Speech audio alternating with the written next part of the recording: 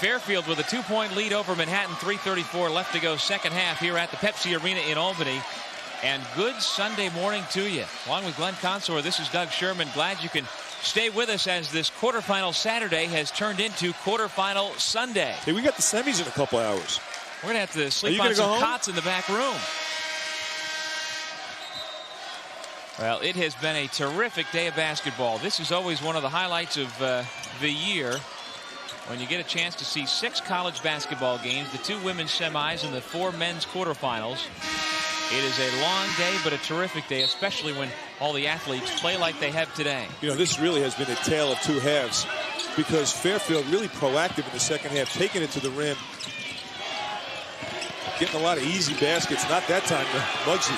And you know what? Luis Flores hit his first 6 shots from the floor as Charis Moore gets blocked by Ajo Deng. Since that time, Flores has gone stone cold. He has missed 6 of 7 since hitting his first 6. Here's Green with Span in his face. Might have gotten a piece on the held ball. It goes to Fairfield. The Stags get it back, leading 69-67. Glenn, Manhattan had a 17-point lead in the first half over Tim O'Toole's club.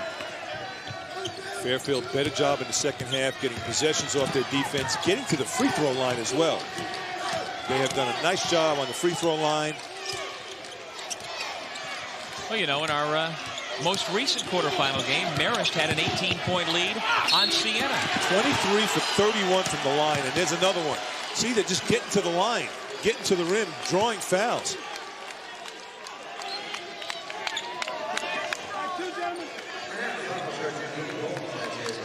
Number 4 on Holmes. So he and Jared Johnson both with 4 now for the Jaspers. You know, Delfico does a nice job of getting into the paint. Flores chasing him from behind. Again, drawing the foul on Holmes, kind of leaning in. Ooh, that's a tough one. Delfico. 6'5" junior from New Rochelle.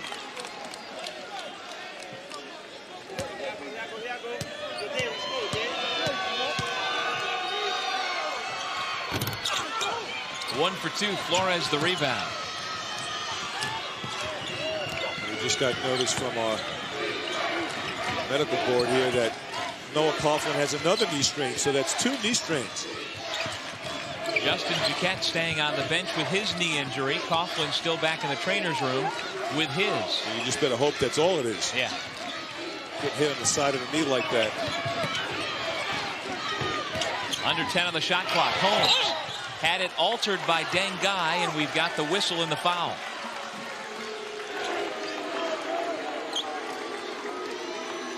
Deng Guy with his 3rd foul.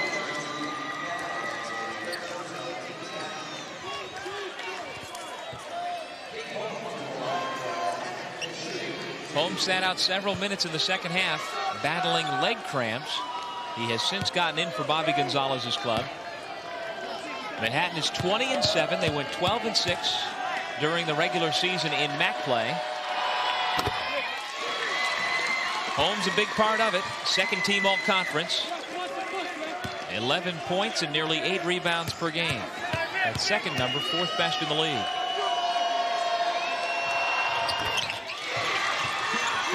Holmes 2 out of 2. And he's up to 17 points.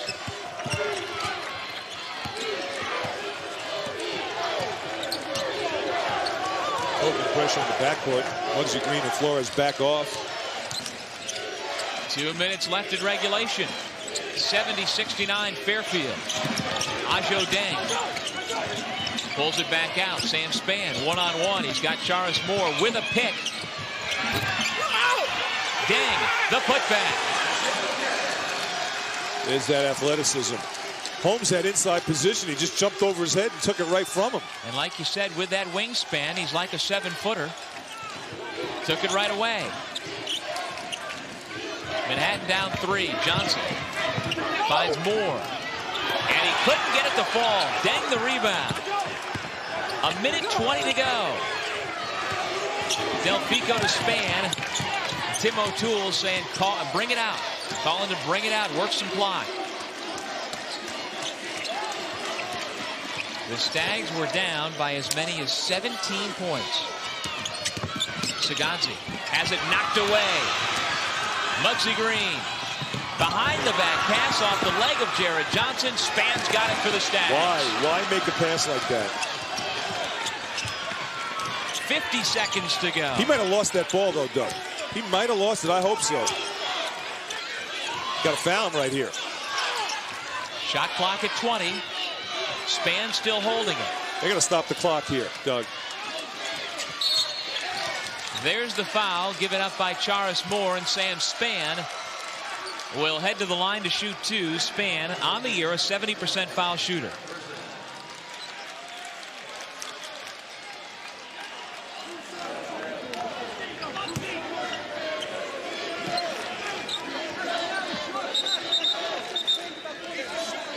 You see Muggsy going down, a little round the back pass. All he had to do was stop and wait for his teammates to come down, bring it back out, run an offense. Ouch.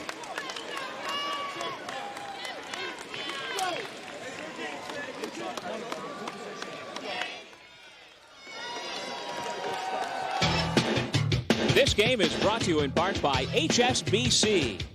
By the Pepsi-Cola Company, the joy of Pepsi. Ryder Trucks, logistics and transportation solutions worldwide. And by I Love New York. Show your love for New York State. I take those billboards back when I had a voice. 72-69, Fairfield holding out of the lead. Tim O'Toole's club. We defend. That's all. We defend. Well, Timmy's telling him, hey, listen, guys, we go to the line right now, but no silly fouls. Just play straight on his defense. Go for the steal first. If you don't get the steal foul, going for the ball. Listen to me.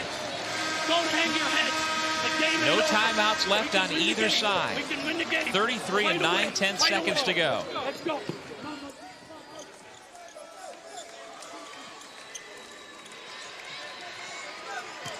Bobby Gonzalez telling his team, the game's not over, don't hang your head. Only down 3. Span will shoot 2, and again, Sam Span, a 70% foul shooter.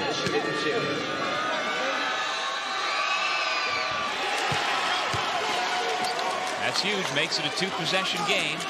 Shot clock is off.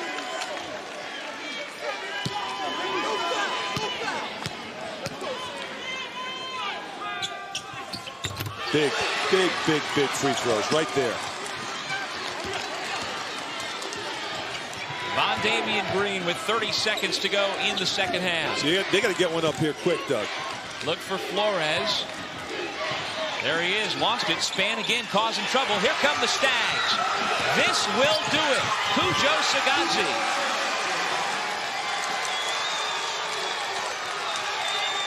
(76-69). Johnson puts it home with 11 seconds to go.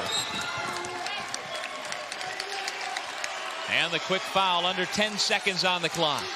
And a good Sam no Span foul. again with the defense to get that breakaway Yeah, layup. he just got his hand on it. We talked about it. You know, we talked about his ability to get his hand on balls, get deflections. He just got a little deflection. He just got a little flick up. It bothered Flores, but again, Muggsy Green and Flores a little bit tired in the second half. Not as productive, not as proactive with the basketball. That's a good call. That would definitely appear to be the case. And again, with the shortened bench for Bobby Gonzalez, not a lot of options. Obviously, with Coughlin going down, Jaquette going down, that didn't help. Holmes being down for several minutes. Jaquette's in that rotation of Flores and Muggsy Green. So him out of the game, you know, these guys had to go full 40 here.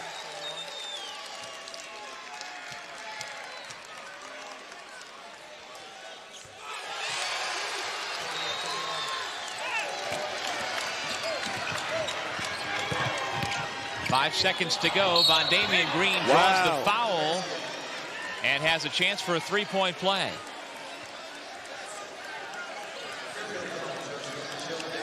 Muggsy's going down swinging.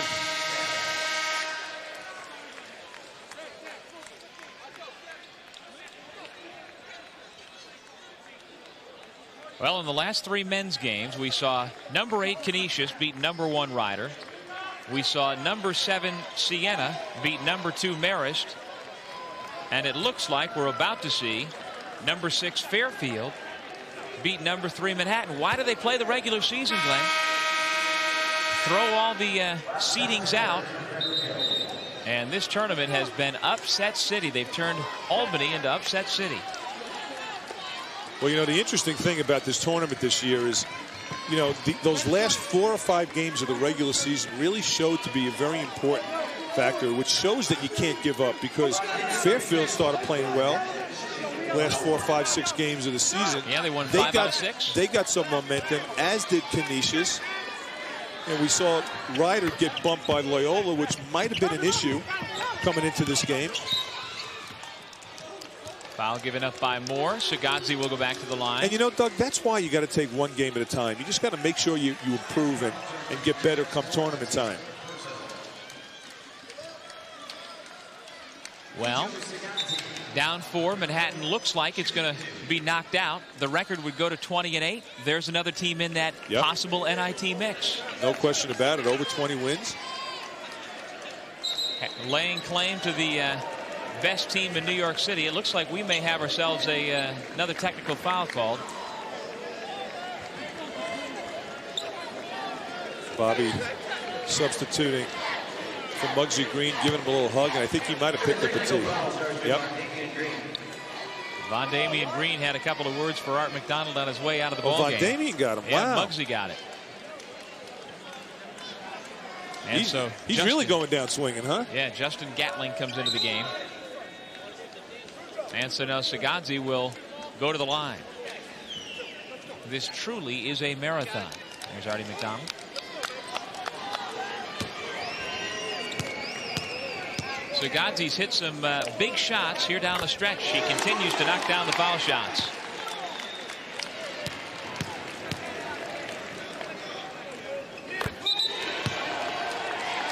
Sagazzi hits a pair. There is Ajo Deng, our Pepsi player of the game. 18 points, 8 boards, 4 block shots, as the Stags are coming all the way back from having been down 17. About to move into the semifinals. You know, he changed a lot of shots as well. You know, he's one of these guys. You know, Deng clearly is the guy that blocks shots, but Ajo Deng did a great job on the defensive boards. He's very long. He helps out.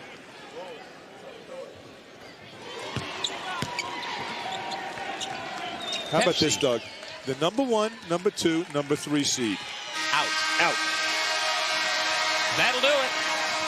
81-74 the final score. Fairfield rallies to beat Manhattan. So let's set up the semifinals tomorrow, Glenn. First at noon, Canisius Niagara. It's going to be a great game. Obviously, Mike McDonald has those guys playing so well. They're playing great defense. We saw a very well-balanced attack by Niagara. And the next game is going to be terrific as well. You've got Siena against Fairfield. Yep, that's not going to be easy for Fairfield coming in here. You know the Siena fans are going to be juiced up as well we are. We expect to have a huge crowd tomorrow afternoon. We hope you can join us. If you can't make it down to the Pepsi Arena here in Albany, join us. Check your local listings. All brought to you by HSBC. We'll be on Empire. We'll be on MSG. We'll be on Metro. But check your local listings. What's the next game? We have another game right after this? Later today. Are we done? We'll be back. All right. Thanks for this evening joining us. Fairfield 81, Manhattan 74 on the MAAC Television Network.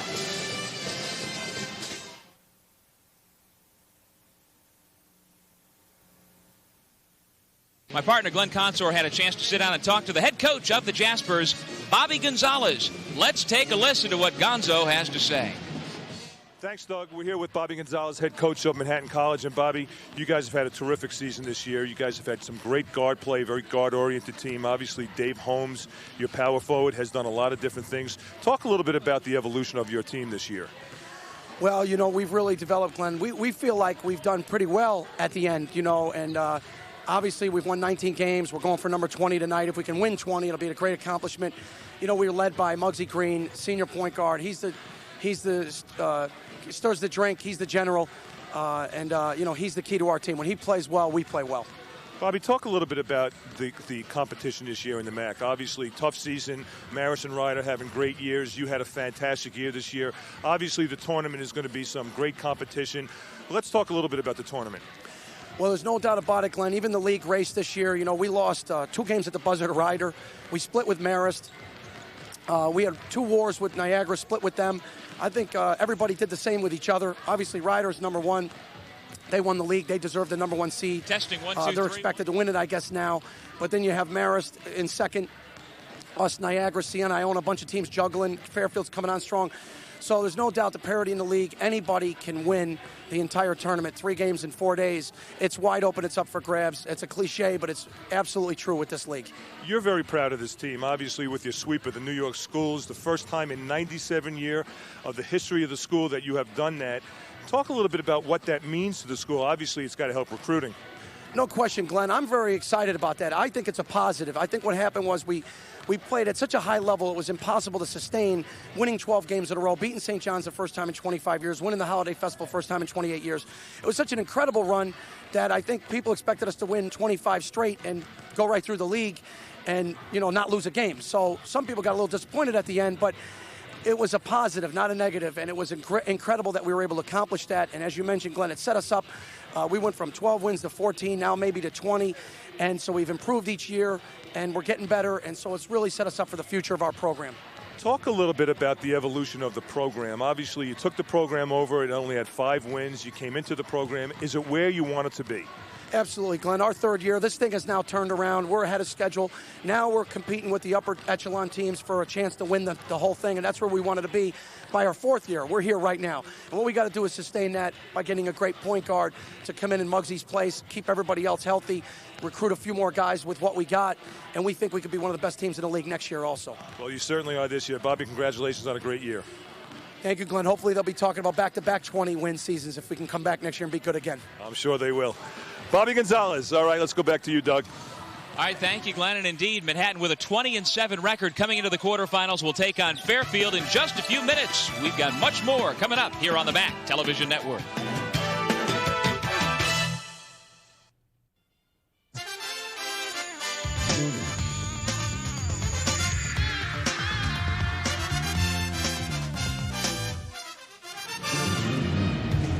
Welcome back to the Pepsi Arena in Albany for game number 4 of our men's quarterfinals at the 2002 HSBC MAAC tournament. The 6-seeded Fairfield Stags against the number 3 Manhattan College Jaspers. And we take a look. 3 of the 4 semifinal slots have been filled. Tomorrow at noon, the Golden Griffins of Canisius will take on the Purple Eagles of Niagara in a Western New York semifinal. Who will play Siena in the second game? Either the Jaspers or the Stags. And welcome back, everybody. Along with Glenn Consor, this is Doug Sherman. We've seen 2 monumental upsets so far. What are we going to see in this one, Glenn? Well, I just want to make sure you're okay, because this is a long day. I'm doing fine. And the upsets really are the story. Obviously, my heart goes out to guys like Dave McGarity and Donnie Harnum, who had great seasons this year, but anything can happen in the tournament. That's what makes the tournament so great. This game is going to be intensity is going to be the key for both teams. Manhattan has strived this year with their terrific 40 minutes of great pressure, and of course Fairfield making the change mid-season, going with 2 platoons, and those guys are playing great basketball right now. Okay, we have seen one senior after another step up today in the quarterfinals for Fairfield. Will it be Sam Spann? Well, Sam Spann is a tough matchup for Manhattan because at 6'6", he can make shots. I'm not sure he likes to make bank shots from the top of the key, but he's terrific on the break, one of the best defenders in the conference, and his defense really is the story for Fairfield. Meanwhile, for Manhattan, Von Damian Muggsy Green, another senior who is not going to want to see his career end here tonight. Well, Muggsy's game also was on defense, even though we're going to see some offense. His ability to extend his game offensively really was the difference, but his ability to get in the paint, make himself a threat. He leads the conference in steals. Another terrific player. Glenn, our keys to the game brought to you by HSBC. First, for Fairfield, what do the Stags need to do? Well, Fairfield has to expect 40 minutes of pressure. They're going to have to attack the pressure and force Manhattan to pay for it, but more importantly, deny dribble penetration of Luis Flores and Muggsy Green. Manhattan, on the other hand, they're going to have to make sure that their 40 minutes of pressure is effective and be a little bit patient on offense, make the extra pass, look for outside shots, establish the inside game to the big fellas. When we come back, the starting lineups and the tip-off between Fairfield and Manhattan. This is the MAAC Television Network.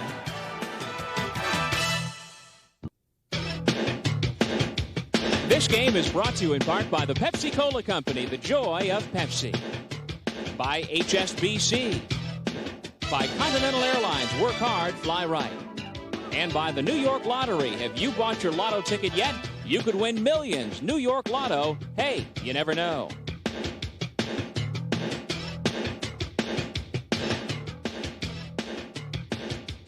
Back in Albany for the nightcap of our 6 games here on MSG and Empire.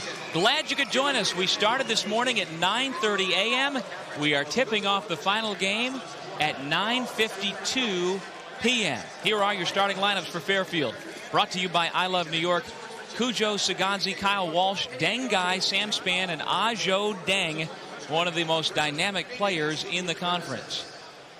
Meanwhile, on the flip side, oh, by the way, we haven't even mentioned the leading scorer for Manhattan, Luis Flores, third leading scorer in the conference at 19 points per game. He starts in the backcourt with Von Damian Green, Jason Benton, Justin Jaquette, and David Holmes, who plays more on the perimeter in kind of a 3-guard attack. The head coach, Bobby Gonzalez, you just heard him talking a mile a minute in our pregame interview. 1986 graduate of Buffalo State. In his 3rd season as head coach of the Jaspers, they come in with a record of 20-7, while Tim O'Toole for the Fairfield Stags, they've won 5 out of 6 coming into this one.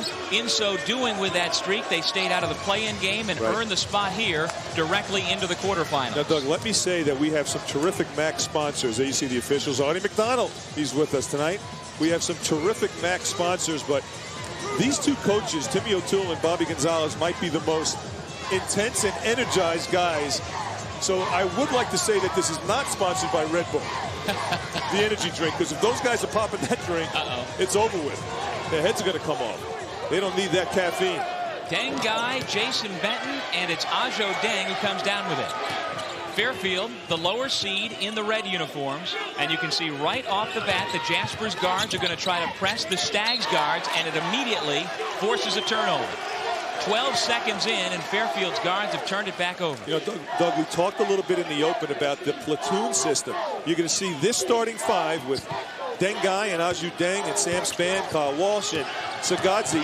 These guys are going to go out of the game in about 5 minutes. 5 or 6 minutes, and they're going to come in with a fresh 5, and those guys have done a terrific job, and it's really changed the complexion and the nature of this Fairfield team.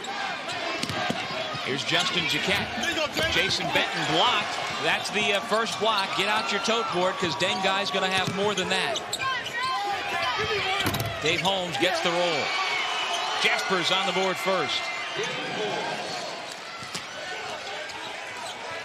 Keep your eyes peeled on number 35 for the Fairfield Stags. He's Deng Guy, 6'9", a freshman from Sudan, who has played basketball only 3 years. He has a feathery touch, blocks shots like they're going out of style, and is a real menace if you try to go at the basket. Here comes Muggsy Green. Off to Flores. Holmes thinks about it, now drives on Guy, gets the shot over him, and even though he didn't get the block shot, he makes him take a bad one. Benton, though, puts the layup back in. See the full court pressure, but I liked how Dave Holmes just attacked him. And that's a little bit of a statement thing, Doug. That's early in the game, feeling each other out, saying, you know what, guys, I'm going at you. I know you can block shots. I know you lead the league in block shots, Deng Guy does, but it's not going to matter. I'm going at you. His cousin, Ajo Deng, misfires, and it goes out of bounds. It'll be Fairfield basketball. Manhattan on top 4-0. They have to reset the shot clock.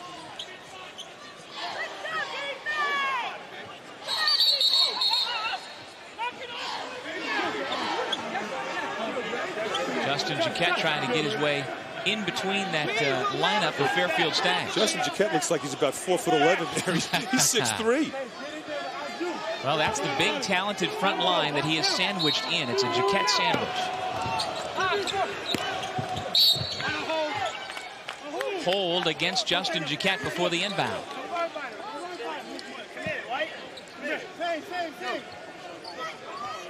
That's the first on Jaquette. You know, Jaquette could be a key guy this game because I got a sneaky suspicion that Fairfield is going to try to wear down Muggsy Green a little bit. And if that's the case, guys like Flores and Jaquette are going to have to be able to bring the ball up court for them and run the show. Walsh inbounds to Deng. Ajo Deng will head to the line to shoot 2.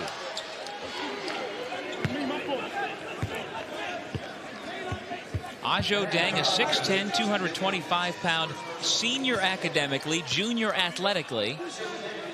Makes his home in London, but he too was born and raised in Sudan. In fact, his father was the Minister of Transportation for the Sudanese government before it was overthrown, and at that point the family fled and went to England, and now he's come to the United States to play his college ball. After a stop in Storrs, Connecticut, he moves down to Fairfield. He played at UConn for a couple of years and then transferred to Fairfield. On the held ball, he'll keep going in the same direction. Manhattan will have it. And you see how Justin Jaquette came up using his hand signal. Hey guys, talk to me. Let me know where the double team is coming from. Communication so important, not only on the defensive end, but on the offensive end as well. Ajo Deng the rebound. Sam Spann. Benton called for the blocking foul.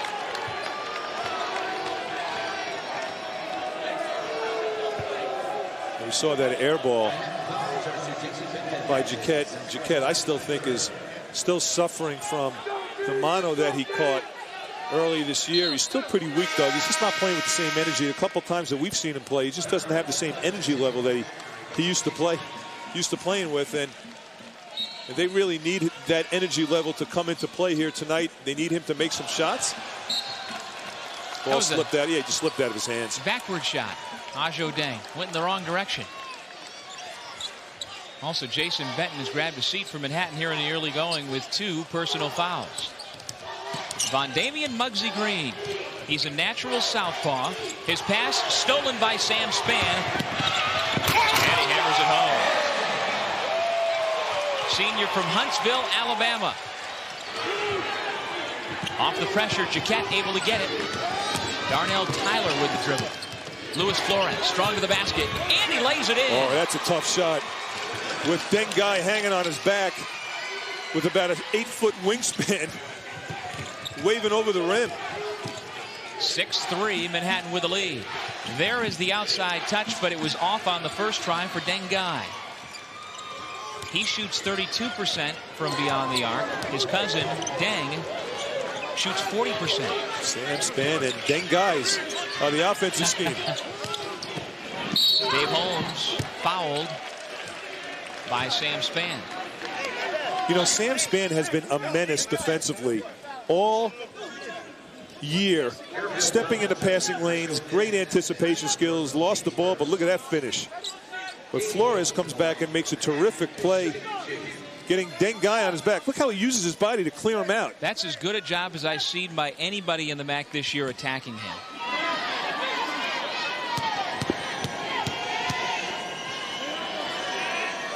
Holmes shooting 2. Well, Dave Holmes exceeded expectations this year. He was a preseason third-team all-conference performer. He finished up on the second team. Sophomore from D.C., Justin Jaquette misses on the follow-up. Jaquette should have came down with it first. But that probably is a product of having Deng and Guy underneath. Try to get it off quicker than you'd like to. You know, everybody talks about Dengai's defensive ability, but Ajo Deng as well is so long. The wingspan on those two guys, it's like hands across America. And the thing about it is Ajo Deng leads the MAAC conference in defensive rebounds. You don't think about that, so you throw Sam Spann into the equation. This is a tough front line. Offensive foul against Sagadzi.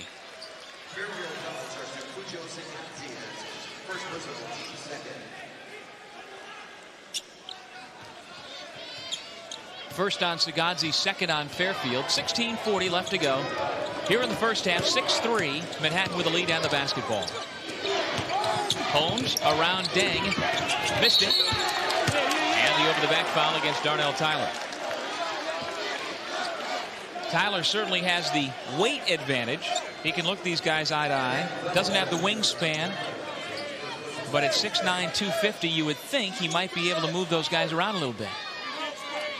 Little 2-2-1 full court press by Manhattan.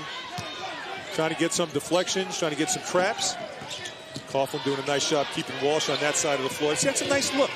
It's a nice flash by Deng. That is Noah Coughlin, number 33, giving chase. Ajo Deng connects. Tough. So you talk about a guy 6'9" with very long arms and that soft of a shot. Sagazi diving, trying to save it, but couldn't do it. See, I think Muggsy Green is trying to pass too much against the pressure, Doug. He's got to dribble, penetrate against that pressure, make himself a threat, use his quickness. He's picking up his dribble way too early. This backcourt for Manhattan is terrific. Both played their high school ball in Manhattan. Holmes still fighting, and a traveling violation. Again, it's not a block shot, but it's a turnover forced by the presence of the two big fellows for Fairfield. Timeout, Manhattan on top by a point on the MAAC television network. Marist College prepares students to compete in the .com world, educating the mind as well as educating the heart. Marist is committed to helping students develop the strong values to serve them well beyond their college years.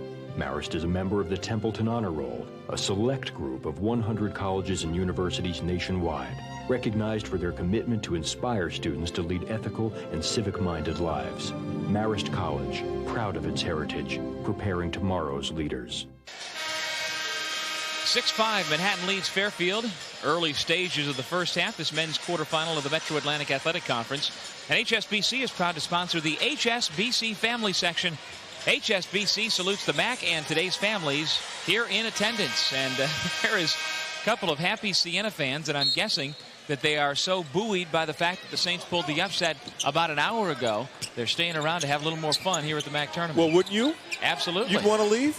No way. I figured that... Get some ice cream, sit back, watch some more great hoops. Every game we've done, Doug, has been terrific. Absolutely.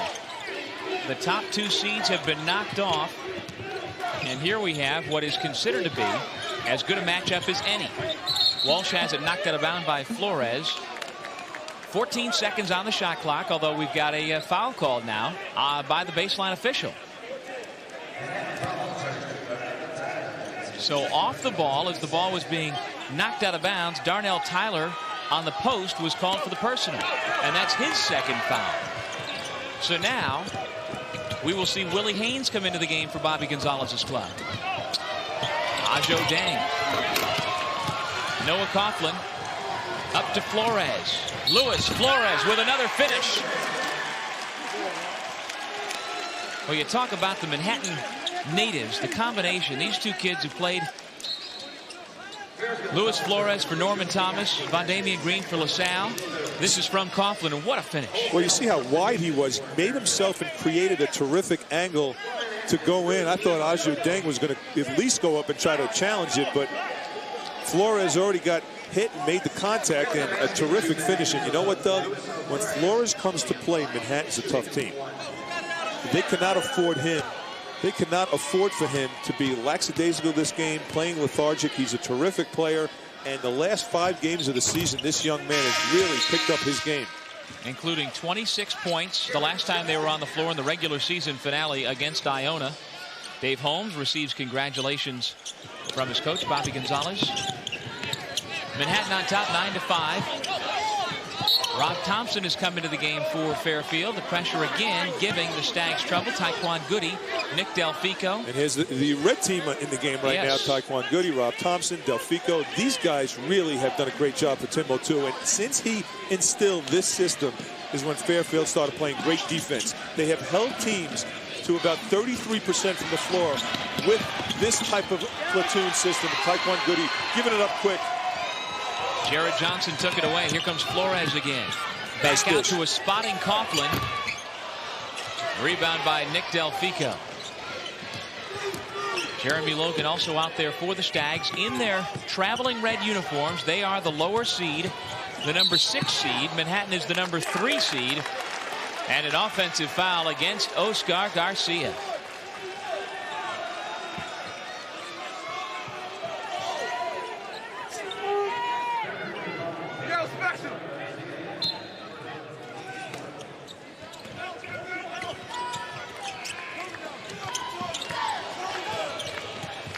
Coughlin to the front court.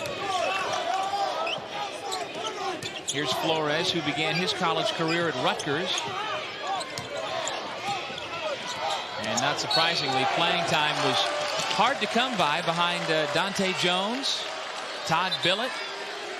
Jones now at Duke, and Flores flourishing here at Manhattan. And Billett now at UVA.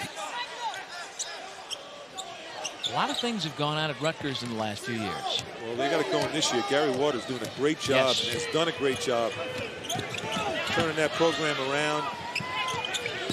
Taekwon Goody's got some terrific feet. Very quick lateral foot speed. Garcia, no. Thompson missed the putback, and he was fouled by Jared Johnson. Let's see if it was before the shot or on the shot. Now, we have seen Rob Thompson on the red team come off the bench and just be a factor. Watch how he just kind of sneaks his way in. Garcia misses it, and again, no one laying a body on him. That's just too easy. Bobby Gonzalez, if he could advance this game to the next one, is going to run that tape back saying, hey guys, we can't watch a 6'11" guy come in without any contact, no one laying a body on him, and get offensive rebounds. That just is not going to cut it. Front end of the 1-and-1 is good for Thompson. Check out the style here. If we keep on this camera angle, watch the hand come up. See that? You know what that does? He's pointing actually to his right ear because he wants that hand to come right up by that right ear. It's a little trick a lot of shooters do. Trying to keep the elbow in? Keep the elbow in and keep the hand in as well. A lot of times the hands float. Muggsy Green had it blocked. Thompson on the floor. Everybody's on the floor. Jump ball. The arrow points the other direction. Holmes and Jaquette come back in. Benton and Green go out. Manhattan 9, Fairfield 6, 13:57 left to go here in the first half. Bobby Gonzalez sitting down Muggsy, and he's going to talk to him now about being under control when he penetrates in. Right now, Muggsy's head is down, and he's not seeing open players. Taekwon Goody a little bit too quick for his own good. See, again, Doug, we talked about it, how important it is for first-year players, freshman players to be under control. Guys like Goody are so quick that they think they can blow by everybody. It's so hard to teach them to slow down a little bit, stay under control. Taekwon Goody playing for Jack Ringel at Grady High School. Won the city championship. Great high school coach. There's a guy there by the name of Quincy Doobie now that has had 61 points in a high school game. He's actually waiting to play at Hofstra. Coughlin and Garcia got tied up.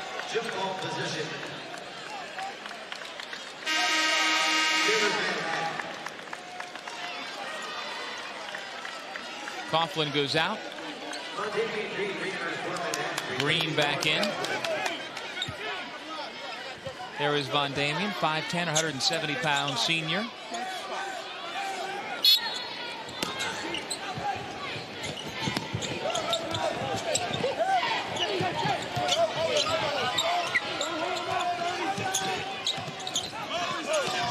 Johnson over Thompson. No. Holmes with the rebound. And the jump hook. Dave Holmes with his second basket. It's 11-6.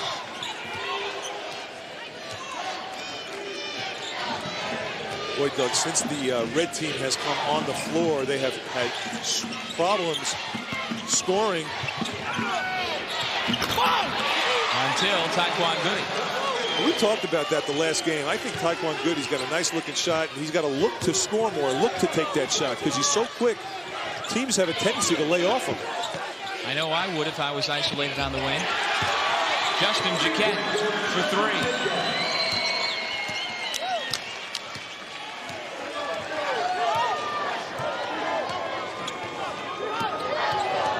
Look how low Muggsy Green has to get down on defense to defend Taekwon Goody. Nice job defensively.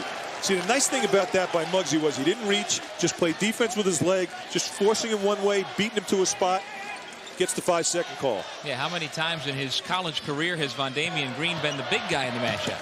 I got news for you. How many times in Taekwon Goody's high school career has anyone got a 5-second call on him? Steal by Logan, and he is a high riser.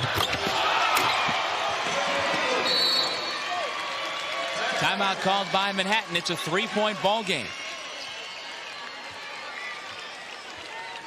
What are your thoughts so far, Glenn, on the ebb and flow of this game as we take another look at Logan on the leak out? Well, both teams right now are scoring on broken plays and turnovers, so there really isn't that much of a flow. And obviously, the red team came in about a 4 or 5 minute period where they didn't score many points. Taekwon Goody broke the ice on that, and obviously, you know, this team trying to get possessions and baskets off their defense so they were effective.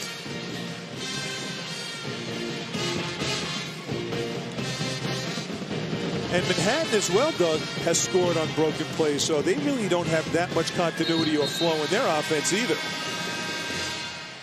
There is Taekwon Goody, 5'7", 145 pounds, from Springfield Gardens, New York. I'd say that's generous. Oh, you don't think he's going at 5'7"? You're thinking what, 5'5"? I'd say it's generous. Is that why he wears number 5, perhaps? You know, he kind of reminds me of a guy who I grew up with, one of my best friends, Alonia Tiny Green, who was a great player at Uppsala College. Similar body, similar game. Yeah, how does Taekwon Goody not have a nickname like that? You got Muggsy, you got Tiny. I mean, when you're 5'5", you got to be Muggsy Bogues. You've got to have a nickname like that. Spud Webb. How does Taekwon Goody not have? Although that's a terrific name all by itself, Taekwon Goody. He doesn't need it with Taekwon Goody. That's a great little name. Delfico with 2.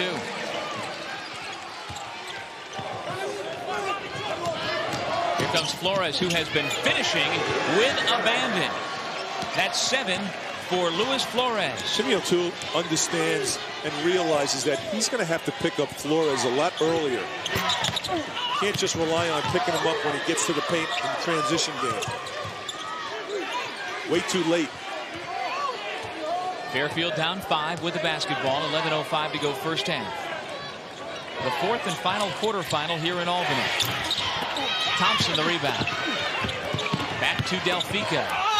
And he was fouled. Delfico will head to the line. Delfico is such a fundamentally sound player. You know, we talked about it the last game with Sean Kennedy being fundamentally sound, no wasted motion, making good decisions. Delfico is a similar player, obviously not a point guard, more of a small forward for this Fairfield team, but no wasted motion in his game. He just does the right things, goes up strong with 2 hands, knows how to move without the ball. An excellent shooter. And you see that hand going up again as well. Did you ever need what they call a shot doctor kind of thing? No. Like some sort of intervention? I'll tell you why. And something somewhat drastic in terms of changing your style? I'll tell you why, because I had Rick Pitino as a college coach, and he was my shot doctor. Yeah. He really worked on my shot.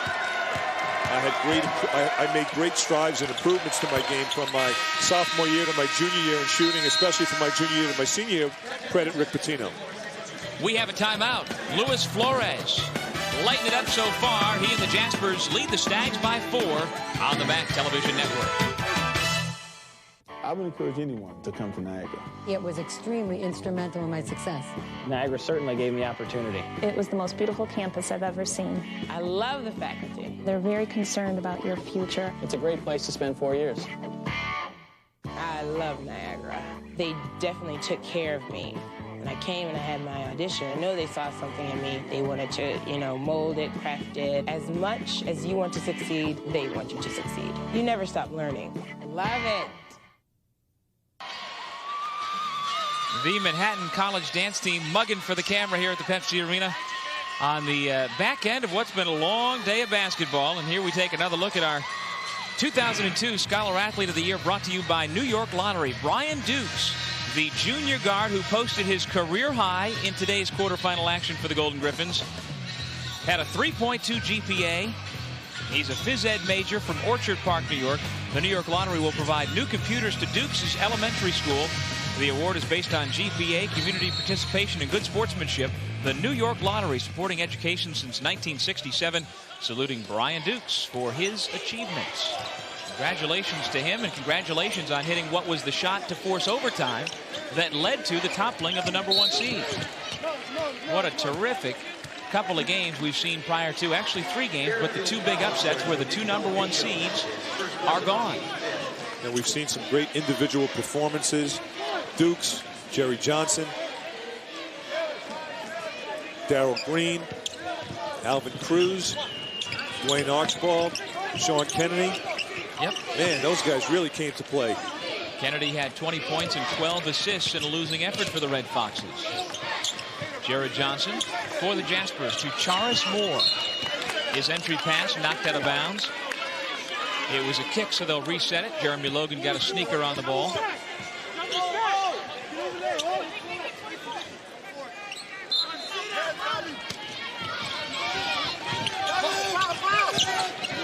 Here's Charis Moore. Johnson can't get it to go. Green rips it away. He laid it in. Moore grabbed the rim, but I guess they ruled that he was doing it to avoid hurting himself. Tim O'Toole wanted basket interference. Tim O'Toole's glasses almost popped off. He jumped up so quickly. Holmes rips away the rebound. Flores. That's nice. Under control. That was sweet. Balanced the court. Good decision by Luis Flores. Could have easily taken it in and maybe picked up an offensive charge. Look at Timmy O'Toole saying, hey, those guys can't hang on the rim when the ball's up there. And that's what he's talking about. That ball was in the cylinder when Moore's hand hit the rim and bent it down. Meanwhile, for Flores, I get the sense that he's working his game out. First 3 baskets go into the hole, and you know as well as anybody, Glenn, it doesn't matter how you get your shooting touch. If it's on a layup, a free throw, it doesn't matter. You can expand your game. You hit a 15-footer, then an 18-footer, then a 20-footer. And I like the fact that Flores is letting the game come to him. He's not forcing shots. That was a beautiful play when he came down on that 3-on-2 fast break. Under control, stopping at the foul line. And Luis Flores leads all scorers here in this ball game with 9 points. There he is, 6'2" sophomore. Flores running the floor was just terrific. And, you know, he's under control. He's dangerous in the open court. He's getting guys on his back. He's penetrating in. And he's making himself a target. Watch how he makes himself a target here with the finish. Terrific job. Just a couple of his 4 baskets so far here tonight. The A team, the starting lineup, is back in there for the Stags. Cujo Sagazzi. Back out to Ajo Deng. 9.5 minutes to go first half. Shot clock at 10.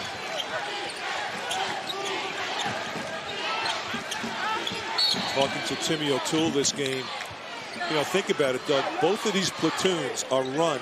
Both of these systems, both of these teams are run by freshman point guards, Sagazzi and Taekwon Goody. So we talked about it a little bit this morning, how important it is for those freshmen to make good decisions, to get the guys the ball that could score on the floor. With this team, obviously, and Bobby Gonzalez knows it, put pressure on Sagazzi, but you got to take away Sam Span's wing game and his ability to score on the wing. And, of course, Ajo Deng, who could score from anywhere on the floor. He's got great range. That foul was on Noah Coughlin, his first, and the 10th against the Jaspers. Fairfield has been called for just 5 so far.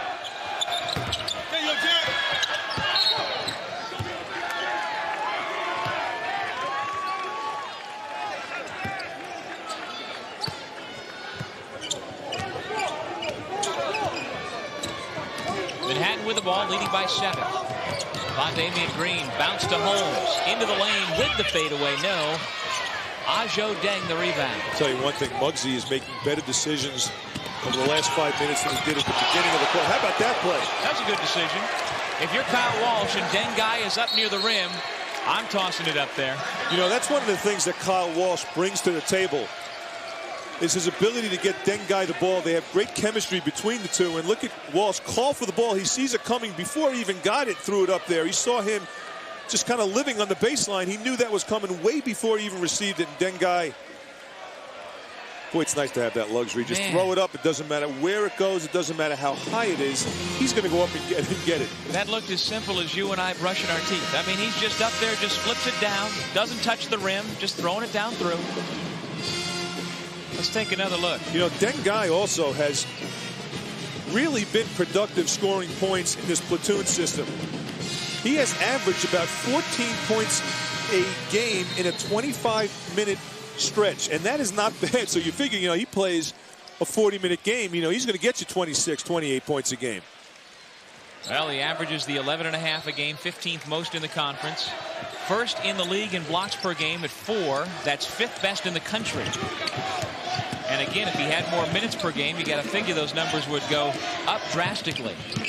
Flores had it knocked from behind by Sam Spann. Well, Sam Spann is so crafty on defense. How about the lob? Well, you see, this is what makes Fairfield so tough. Last two guys in the transition finish were Dengai and Ajo Deng at 6'10 and 6'9. Guys that could leap too and run the floor. Great athleticism. Well, on the floor right now, out of the 10 players, Glenn, 3 of them started their college careers at Big East schools. Flores at Rutgers, Spann at Syracuse, and Ajo Deng at UConn. Jared Johnson with a little jump hook. So it's no wonder that with this double unit on the floor, you're going to see plays like that. And you know, there was a lot of Big East schools after Dengai, and a lot of the Big East schools thought he was going to go back to Milford Academy again. Instead, he made the decision. Fairfield got him early. It was great recruiting by Timmy O'Toole's staff and Jerry Hobby and Matty Rowe. Yeah, they were fortunate to get the young man who was comfortable in the state of Connecticut. As mentioned, his cousin already had transferred from UConn to Fairfield, Ajo Deng. Obviously, that was key. That was key right there, getting Ajo Deng to come to Fairfield, and that lured his cousin. A 2-for-1 deal, sort of. Benton and Coughlin go out. Holmes and Jaquette come back in for Manhattan. And I have a sneaky suspicion that those guys, boy, you talk about, you know, guys making the NBA from the MAAC conference, and the name that jumps out at you is obviously Lionel Simmons. And there's been others. But you talk about an NBA prospect with athleticism. Dengai is that player. Absolutely. In the MAAC conference right now. He has just tremendous upside. His movement, his athleticism. He's got great quickness. And you know, you talk about a guy 6'9" with about a 45-inch vertical leap. Jared Johnson going in amongst the big guys, and he lays it in. Junior captain from the Bronx with 4 points. Manhattan back up by 7, 26-19.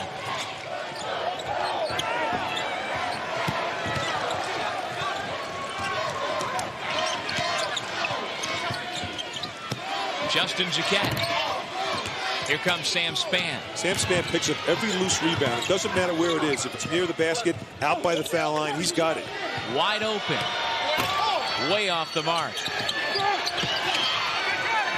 Jared Johnson still fighting for it. He comes away with it. Numbers for the Jaspers. Flores, the pull-up. Oh, he's got great rhythm, Doug. A terrific decision. Under control, too. Under control.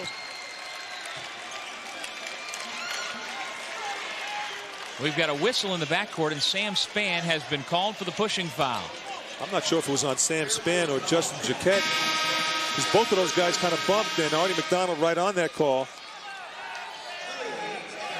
Artie McDonald's birthday was yesterday, by the way, Dougie. Happy birthday to Artie. 43. Happy 39. He's 43. 43. Absolutely. We'll take a break. 6:57 on the clock. Here at the Pepsi, the Stags trying to hang around, but they're down by 9 on the MAAC Television Network.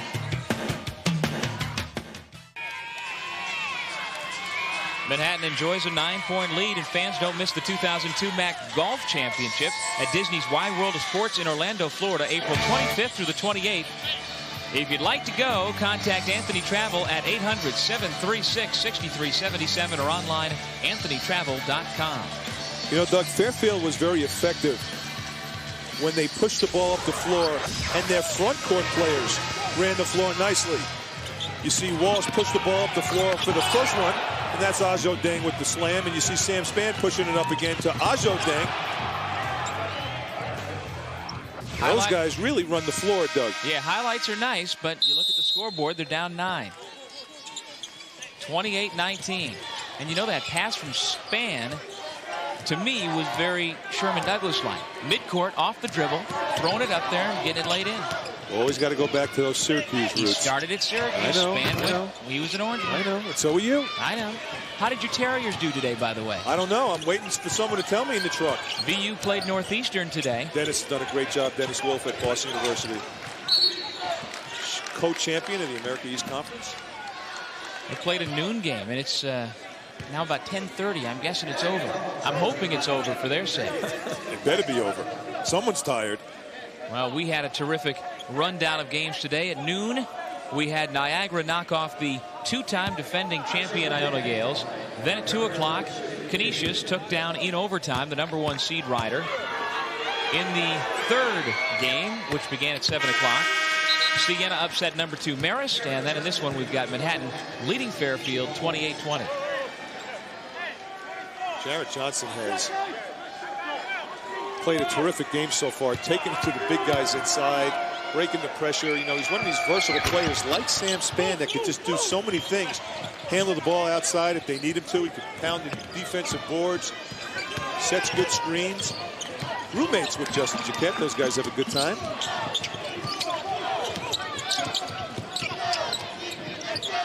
Muggsy Green working on Kyle Walsh.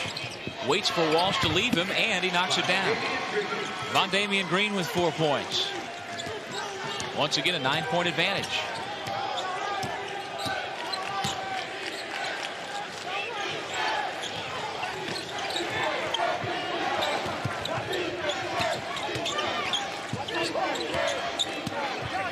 Manhattan College sticking in that 2-3 zone. It's a very soft zone. And that's one of the ways to break the zone. Give it to a 6'9" guy. Let him go into the seam. He could shoot over. He could shoot over guys like Justin Jaquette. And Muggsy Green at about 5'10". Ajo Deng made second team all-conference. He's got 9 points so far tonight.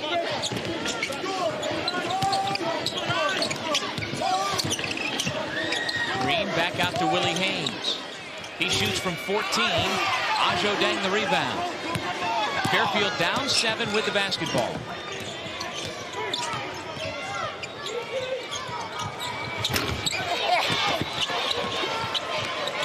Jaquette the rebound.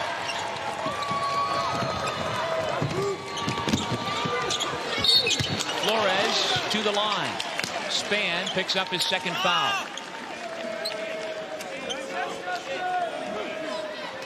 Well, these are the two of the charter members of the Metro Atlantic Athletic Conference, Glenn, and over the years both teams have enjoyed tremendous success. Fairfield has won the MAAC title 3 times in '86, '87, and '97. And that year, who will ever forget, they came in as the #8 seed, and Paul Cormier got the club all the way to the big dance. Right. Paul Cormier right now, and I'm a big Paul Cormier fan. He's the advanced scout for the Celtics, doing a great job. And his responsibilities are to go scout the teams that play the Celtics before they get there. And you talk about a guy that could break it down. Paul's done a phenomenal job for the Celtics. Look at the success that they've had. Although since that trade, they have cooled off just a bit. But yes, the Celtics definitely heading in the right direction.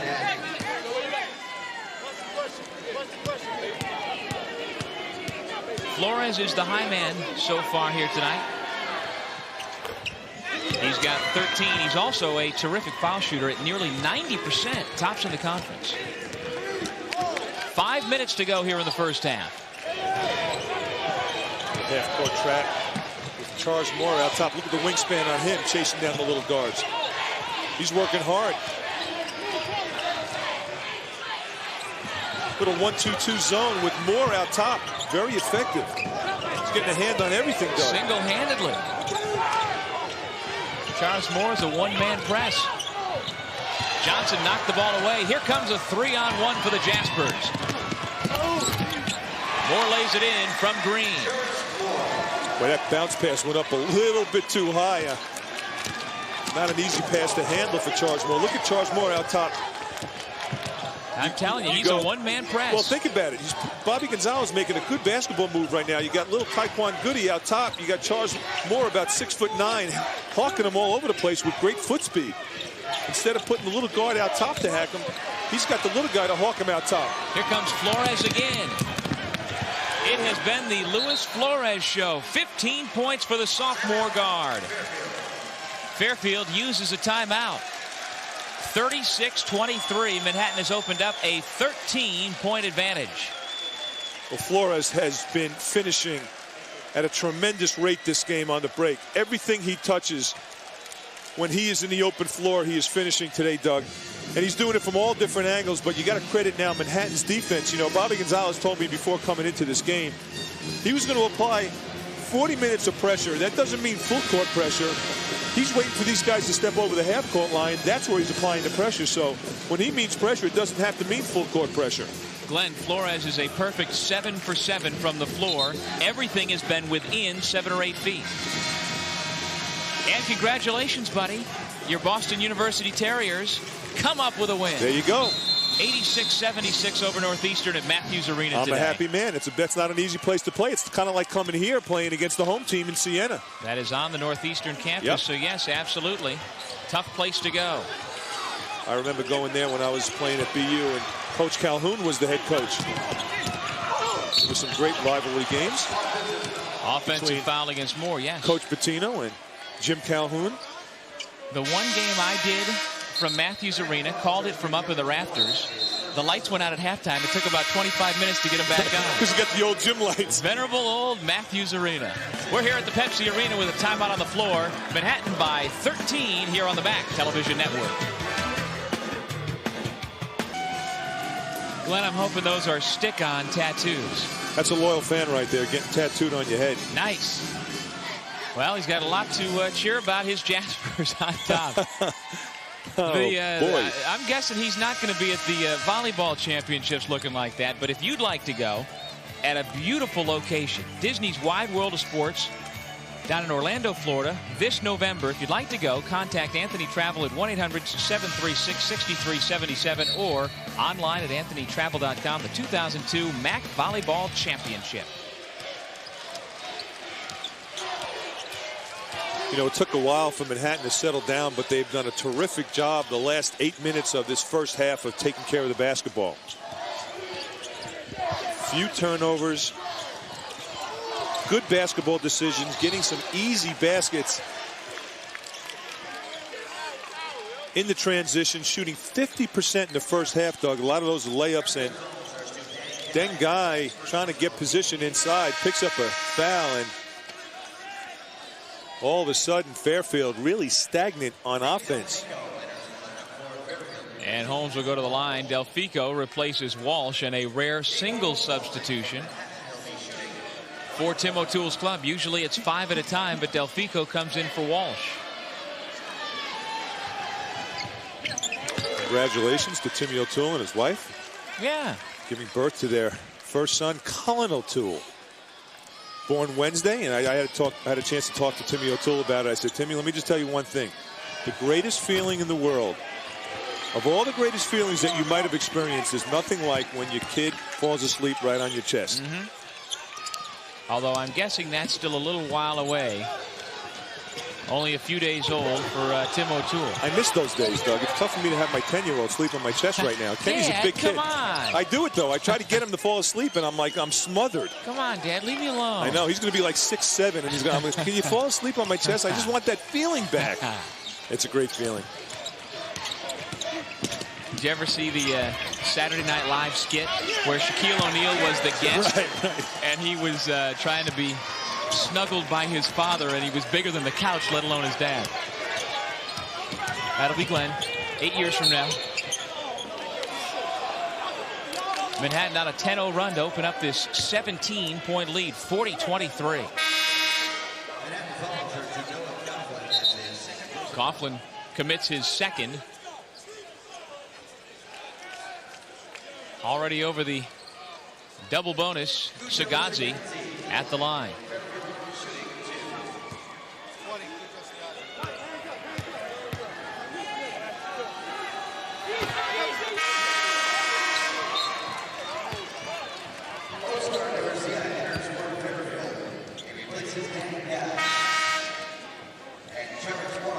You see Jerry Hobby and Matt Rowe, assistant coaches to Timmy O'Toole. I was talking to those guys before the game, and Jerry Hobby said, you know what, let's make an announcement. Let's see if we can get 3 guys from the stands to come down and play us a 3-on-3 game and see who could win. Me, Jerry Hobby, and Matt Rowe. That's a pretty good combination. But they got to be over 35. I'm going to make that statement right now. Although Rose not over 35. No. So you can have one guy under 35 on the opposition. Yeah, but I don't want to guard that person. No, Matty will guard. Okay. Yeah. Just let's make sure that's clear. You and Hobby can stand outside. Although Matt's got a pretty nice touch we're from the outside, I'm going to put Matt and Hobby outside. I'll play Kennedy. I'll just get in the lane and dish. I want to go from the top of the key. It's got to be a half-court game. I'll go from the top of the key to maybe the foul line. That's all I'm going. I can't go any faster than that. There's Bobby Gonzalez. What a great year he's had. How about this? Making the Manhattan College, making the New York sweep this year, knocking off Fordham and St. John's. Iona and Hofstra, the first time in the 97-year history of the program that they were able to do that. First time in 25 years they knocked off St. John's. Well, they got off to just a remarkable start to the season. Delfico connects. After losing their season opener, the Manhattan Jaspers rattled off 12 straight wins, and they have barely cooled down since with a 20-7 record. Reach-in foul on Taekwon Goody. And so Muggsy Green will shoot two.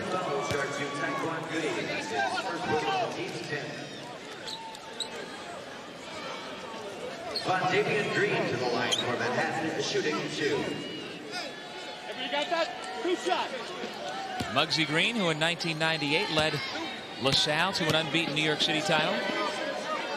Went to San Jacinto Junior College in Texas for a couple of years before coming back to Gotham for his final 2 years of college ball. This is a young man who, if he so desires, I would imagine, has a great opportunity to play pro ball next year. Oh, there's always a place for a little quick guard like that overseas. Yep.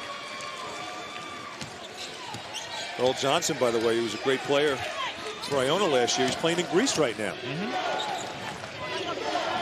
Similar type player, although Earl Johnson was a great shooter. He had great range. Span lost at Holmes, came away with it. Flores. Drop it off for Johnson, who gives to Moore, blocked out of bounds by Ajo Dang. So effortless.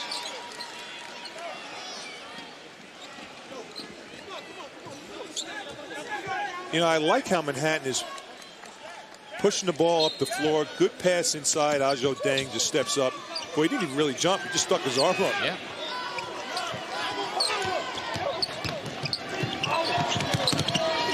There's another one. Ajo Dang this time keeps it inbounds, and Fairfield able to come away with it.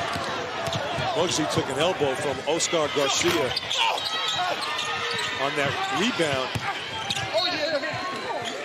Span had it and lost it.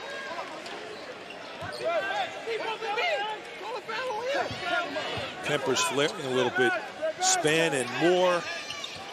Dave Holmes. And Muggsy took a shot from Garcia. This game's getting physical. Dave Holmes said to the official, give him a tee. 1:22 to go first half.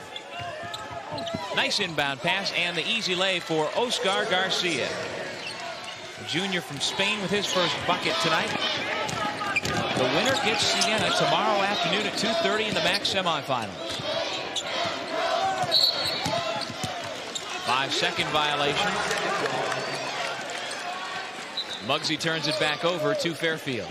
Great defense by Goody. Just staying down. Doing to others as they do unto you. He got called for one. Now he gets it back. Timeout call. 1:07 to go. Here in the first half, 42-29. Well, I got to tell you, Dougie, you are very energetic for being here for about 19 hours. I'm very impressed. You know, we've been doing this for a long time, and normally I'm at this point, you're dragging. You know, you got some stubble. Today. And I want to know if you took a shave in between the last game, because I'm not seeing anything. I'm not seeing any stubble. Normally, you're like Kirk Gibson. No, but honestly, you got that. You know, they got that shadow going. Since you give me grief every year about the growth, right? I shaved so closely today. I think I took a layer of skin off. I was so determined to make sure. Did you draw blood?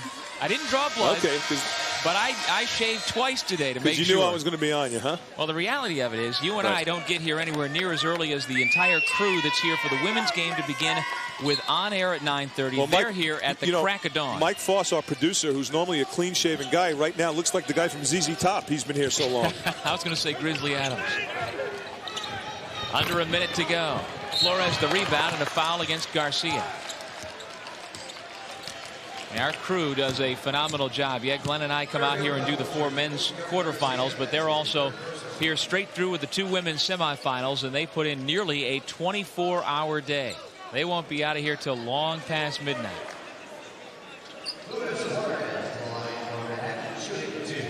Flores to the line. He's got 15 points.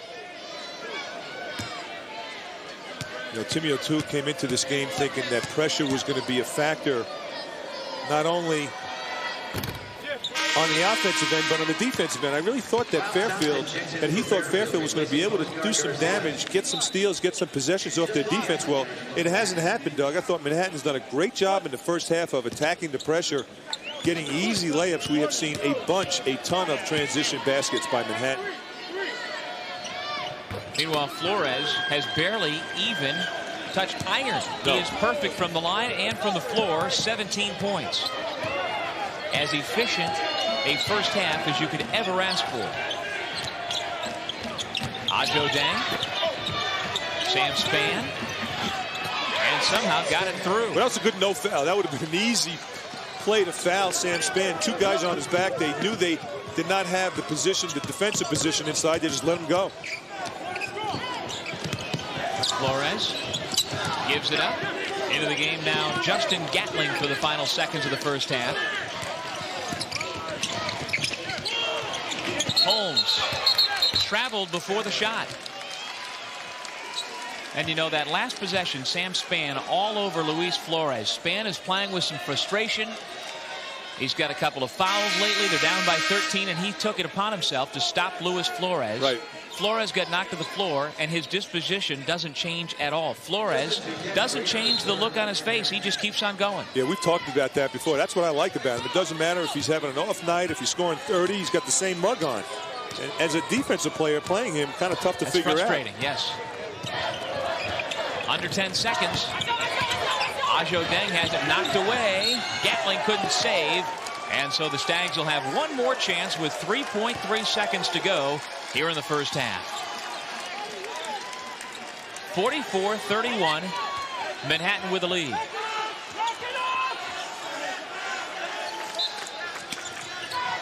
Span the inbound to Goody from the corner. And that's the first half. The Manhattan Jaspers, Glenn, are 20 minutes away from making it to the MAAC semifinals. A very impressive first 20 minutes for Bobby Gonzalez and Manhattan. 44-31, your halftime score here on the MAAC Television Network.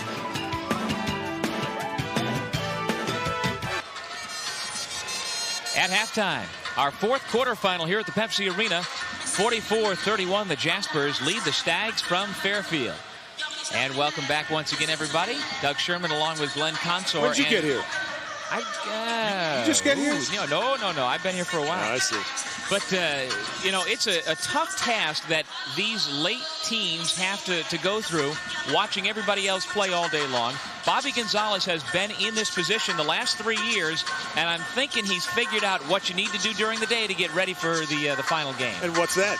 Go to the movies a little bit, get these guys preoccupied. And he said yesterday he tried to keep them up late last night so that they wouldn't be falling asleep at this hour at 10:51 p.m. So he had them stay up late last night, sleep in today. They came and watched a little bit of basketball, did some other things, keep your mind off it. Well, no one realized that you and I are going to go one-on-one after this game. In bowling.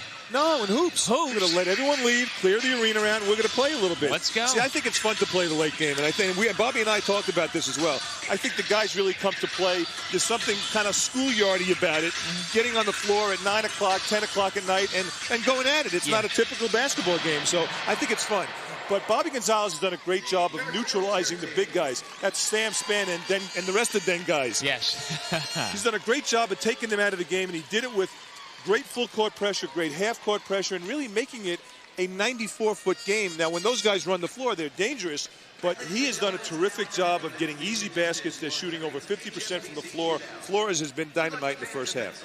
Let's check the scores from earlier in the tournament, beginning with yesterday's 2 play-in games. The scores are brought to you by HSBC, and most notably, the previous games from today. Niagara knocked off Iona.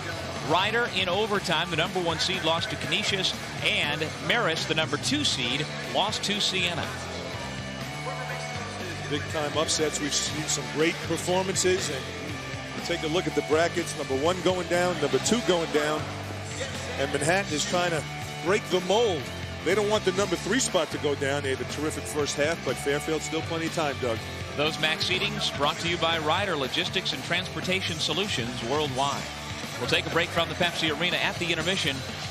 44-31, your halftime score. The Jaspers over the Stags. You're watching the MAAC Television Network.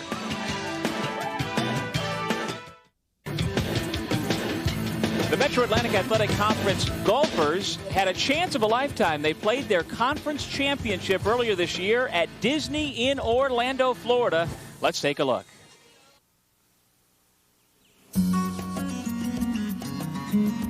The sun is rising on the second MAAC Men's and Women's Golf Championship, held at Lake Buena Vista Golf Resort at Walt Disney World in Florida.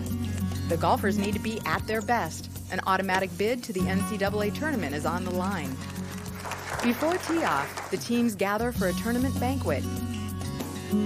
After dinner, golfers, parents, and fans are able to experience the unique Millennium Celebration. The Tapestry of Nations parade is followed by an unforgettable illumination show.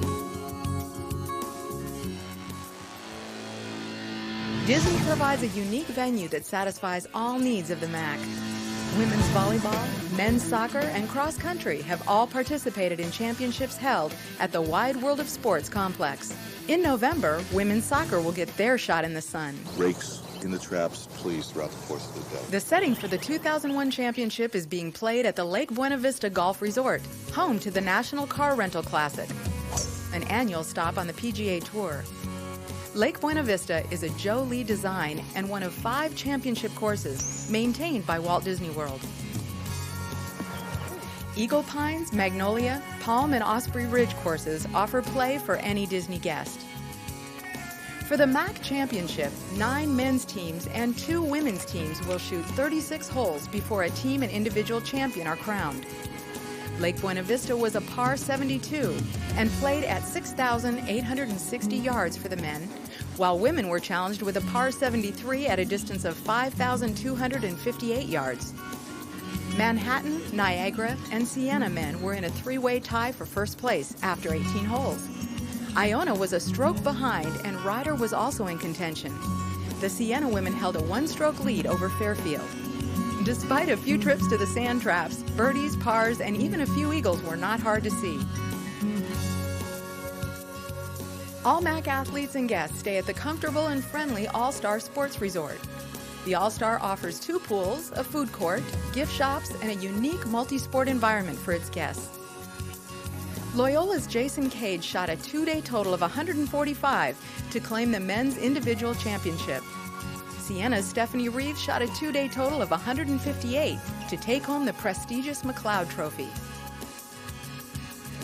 The Siena women captured their first ever MAAC championship. Iona managed to surpass the 3 leaders and take the MAAC championship, their 3rd in championship history. They advanced to play for the NCAA National Championship. The MAAC will return to Lake Buena Vista in 2002. MAAC golfers will pack their bags with clubs, plenty of balls, and a lot of sunscreen as they return to the first tee next spring. Who will have the honors? Congratulations from the Metro Atlantic Athletic Conference. We're at the half from the Pepsi Arena. When we come back, highlights and statistics on the MAAC Television Network.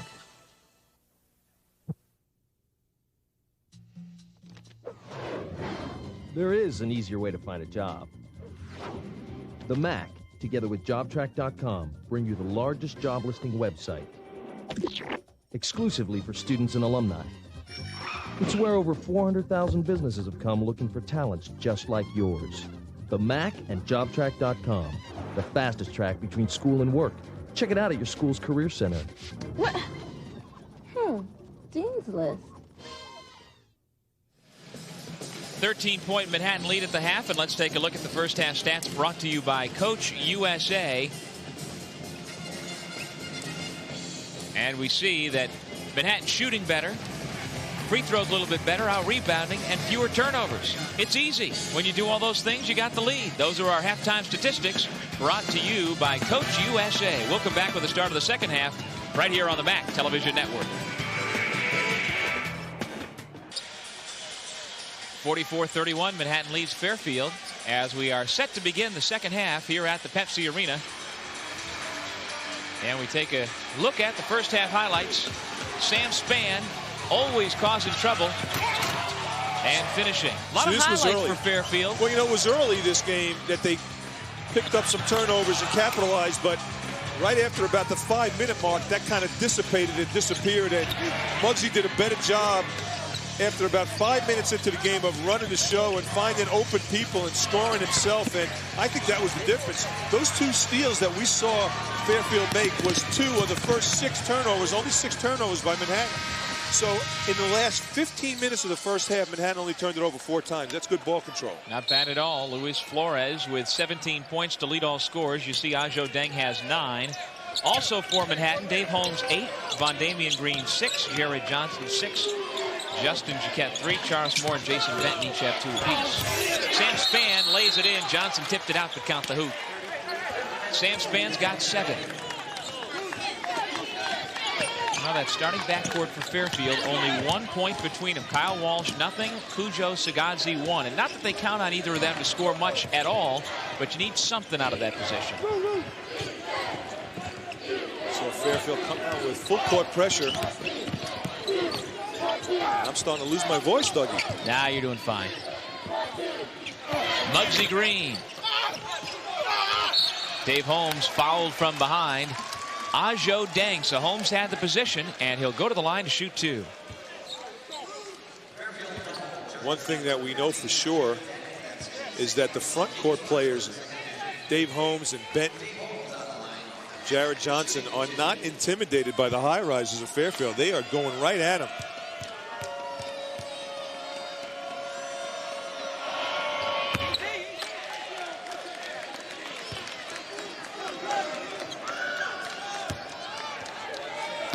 Trying to get these guys going, and Timmy knows if he's going to get back in this game, he's going to have to do it with full court pressure, try to wear down Muggsy Green a little bit, get some turnovers, get possessions back off their defense.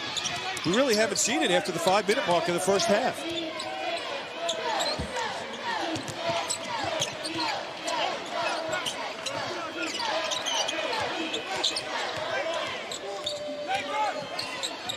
The shot clock is down to 15. Ajo Deng, no. Kyle Walsh kept it alive, but Muggsy Green comes away with it. How about Muggsy Green doing a nice job boxing out Kyle Walsh? That's a point guard getting another point guard on his back. And then Flores the look away to Holmes for 2. Dave Holmes into double figures with 10. Once again, a 13-point lead. Sagazzi off the up fake. Ajo Deng. 11 for Deng.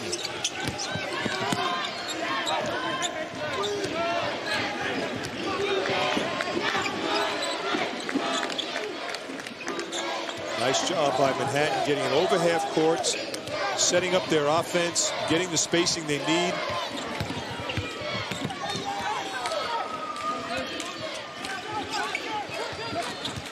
Johnson, who has been effective down low against the big fellas, missed that time. And Fairfield gets the ball back. Noah Coughlin comes back in, and going out, Jason Benton.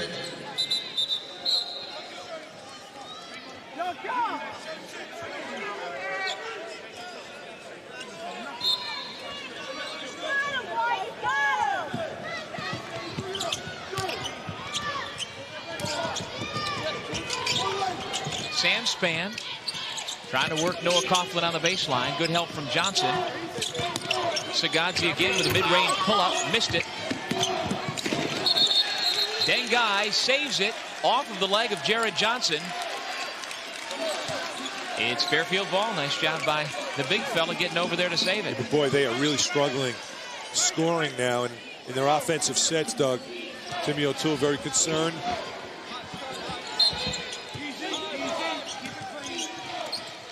You know, you think about some of the guys on that second team like Delfico, who could put up points, and Garcia, who could score, Thompson that could score. Might be time to mix up the platoon scheme. Well, he did mix it up a little bit in the first half, bringing Delfico in, who, as you mentioned, is the one guy who's kind of instant offense off of that substitute team. Dengai with a follow. just his second basket here tonight. It's a 9-point game, and then the foul against Ajo Deng. That's his third. And just the second against Fairfield here in the second half. Jason Benton checks back in. Johnson goes out. Bobby Gonzalez doing a nice job managing that bench this game. Playing with a host of different options, going big, going small, using Coughlin and Jared Johnson, Benton. Holmes for three. That's one way to bring the big guy out. That's the advantage Manhattan has. See, Fairfield matches up pretty well with Manhattan, with the exception that guys like Holmes and even Benton can make outside shots, and that brings the big guys away from the basket. Sagazzi looking for a shot here in the second half, but he's been unable to knock any down. Luis Flores. Sam Spann called for the block. One thing Manhattan has done so well this game is go from defense to offense very quickly, and it's been a problem for Fairfield all game. Just beating them up the court. They're not rushing their shots. Once they break the half-court plane, they're kind of pulling it back out, taking advantage of opportunities. It's called pushing the ball up with patience, and they're showing it. Sagazzi out, and Taekwon Goody in. So again, a little bit of the mixing and matching of the red team and the white team. Holmes off the inbound. Spann the rebound. I think he just got away with a double dribble. I think you're right. Ajo Deng. Green, he's got Benton up ahead, couldn't see him. Now to Coughlin, who pulls up. Around the rim and out. Dengai saves. Here comes Taekwon Goody.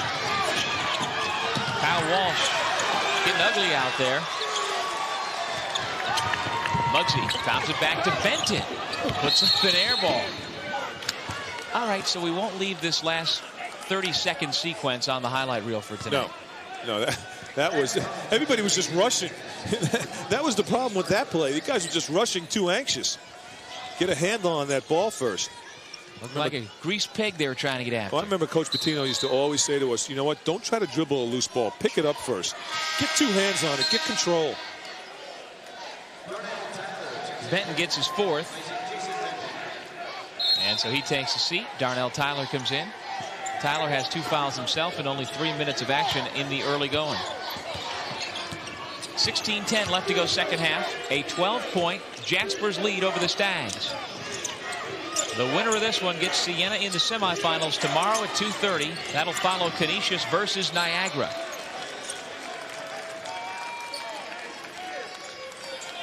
Fairfield ball on the baseline. Shot clock at 19. We are exactly 4 minutes in to the second half. I think Fairfield has to find a way to get Ajo Deng more involved and more touches in the scheme of the offense. More spots on the floor where he could score. He's so long, Doug, and he's got a beautiful shot. They got to look for him more. Shot clock winding down. Taekwon Goody to Sam Spann. Got to get a shot off. Goody gets it blocked by Muggsy. Flores up ahead to Green. Blocked, and Walsh pulls it away. Dengai picks up another block shot. How about Muggsy getting a block shot on Goody? Yeah. That's not going to happen that often. Muggsy blocking a jump shot. And then the foul on Holmes. Ajo Deng will go to the line. Let's go. That foul charged to 8 Holmes. That's his second personal team second.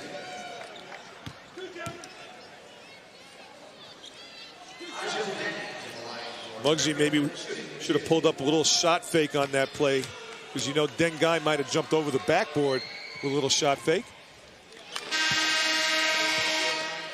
Ajo Deng with 12. Delfico, Garcia, Logan, they all come in. Thompson awaits at the scorer's table if Deng makes the foul shot. Hey, this game is far from being over, Doug. Plenty of time. He makes this shot. They're down 10. He does. And we go to break. 49-39. It's a 10-point game. 15:27 left on the clock. You're watching the MAAC Television Network.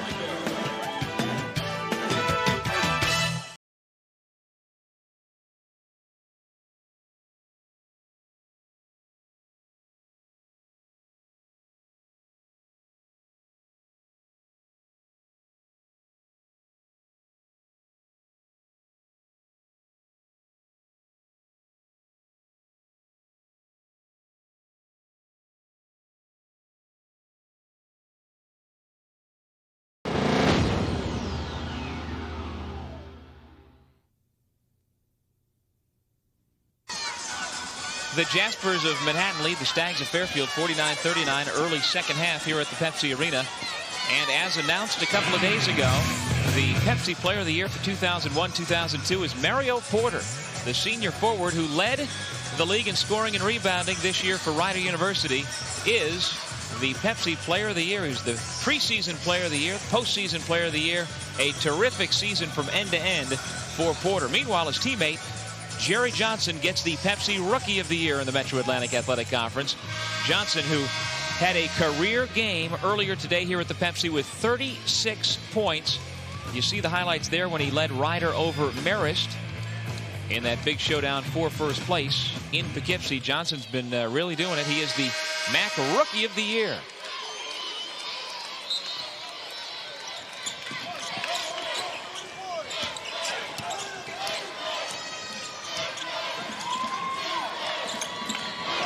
This is Von Damian Green with Noah Coughlin, Luis Flores, Dave Holmes, and Darnell Tyler over in back violation. And just like always, Flores does not flinch. My bad, and that's it.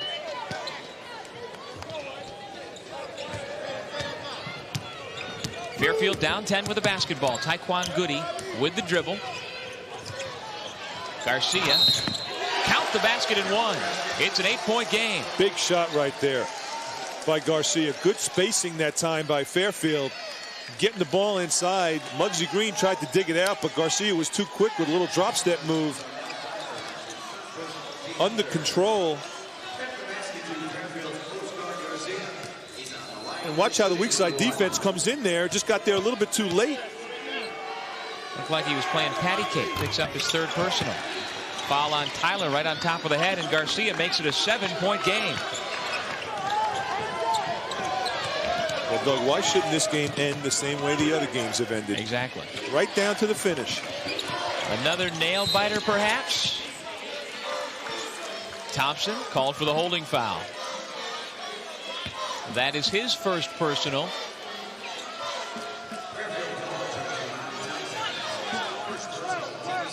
And that's number 4 against Fairfield here in the second half. They've committed 4. Manhattan has committed 3. Green lobs into Tyler. Coughlin hands to Flores. Luis Flores with 17 points to lead all scorers. Holmes pass to Coughlin, who was wide open. Give and go. Holmes lays it in. Dave Holmes looks like he came down and hurt himself.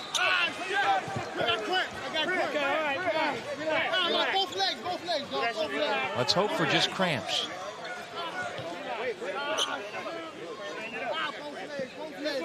Well, I hope it wasn't a sprained ankle, because one of the Manhattan players just wrenched his ankle back. But I think it looks like cramps. Looks like he came down on that leg, and that right cramp, that right calf cramped up on him. And you're right by that adjustment administered by one of his teammates. You know, unless you're a physical therapy major, I wouldn't be making those moves. And there was no hesitation. No, and he just wrenched his ankle off. Marcus Welby would have taken a second look. Maybe ask him what it is first. I don't know. Was that Muggsy you got right in there? Muggsy's quick, but, you don't have to be that quick. Looks like just a calf muscle cramp, and we hope that's all it is. Yeah. On the give and go. Nice move. Holmes does a nice job finding the seam of that zone, stepping right in. Let's see if he comes down on anybody's ankle. Doesn't look that way. It looks like he just cramped up. Look at the calf. See the muscle? Yeah, he's holding it. Yep. Looked like on the leap, maybe. Because it looked like before he came down, he was feeling a little bit off. And now they're putting pressure to try to stretch that calf out. And Bobby Gonzalez does not need David Holmes out of the game. He's having a terrific game, not only on the boards, but his ability to make shots from the outside, which brings away the front court players like Ajo Deng and Dengai away from the paint. Veteran trainer John Doc Johnson. He's been a registered physical therapist for years and years, and he's been at Manhattan College for 55 years. See, that's the guy you want on you. Oh, yeah. You don't want Muggsy Green working on you. You don't want Muggsy working on your ankles. You want Doc Johnson. Well, Doc Johnson, been in the service with the Navy. He's worked for the New York Giants of the NFL.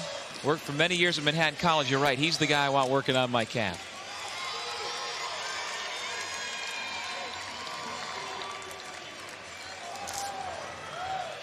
Boy, he's in pain, Doug. I tell you what, this is not good for Manhattan. Travis Lyons, who was a great player at Manhattan College. You need his buck to get Dave Holmes up. Yeah. Well, again, we are playing dime store therapist here, and more wishful thinking than anything. Throwing out that it's cramps. Let's just hope that's all it is. We'll try and get a report for you as soon as one is available. Flores, Coughlin, Green, Johnson, and Tyler on the floor for Manhattan. The Jaspers lead 51-42. They led at the break by 13. Let's hope it wasn't a tear as well. Double dribble against Taekwon Goody.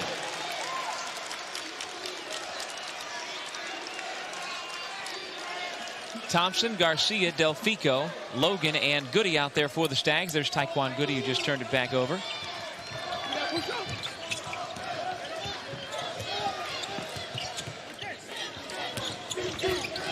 Coughlin. Pass intended for Tyler, winds up with Green. Tyler, quick back outside. Green with a nice ball movement. Got a good look, but missed it. Garcia has it knocked out of bounds by Flores, and it's Fairfield ball. Luis Flores wound up going over the hockey boards and all the way into the second row.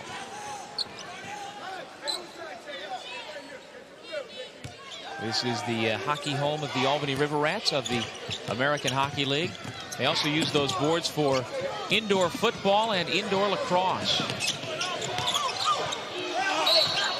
You ever seen an arena football game, Glenn? I have. Not a lot of space, a lot of passing. Absolutely. Lots of offense. That's where Kurt Warner started at, huh? Yeah, with the Iowa Barnstormers. Nice job by Rob Thompson boxing out underneath the glass. And look at Luis Flores go up. There he goes. A little tightrope back. You know what? Super Bowl hero David Patton for the New England Patriots got his arena football start right here in this building with the old Albany Firebirds. Wow. Did not know. Yeah, sure.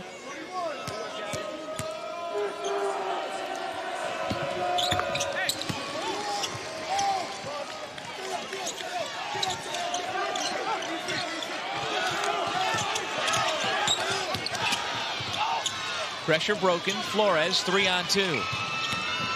Great move, but even better block by Thompson. Logan to Goody. Taekwon Goody has it knocked away from behind, but the foul against the Jaspers. How about the block shot by Thompson? Yeah, he's really been a spark plug in this game. He's tough to defend. Thompson just kind of waiting for Flores.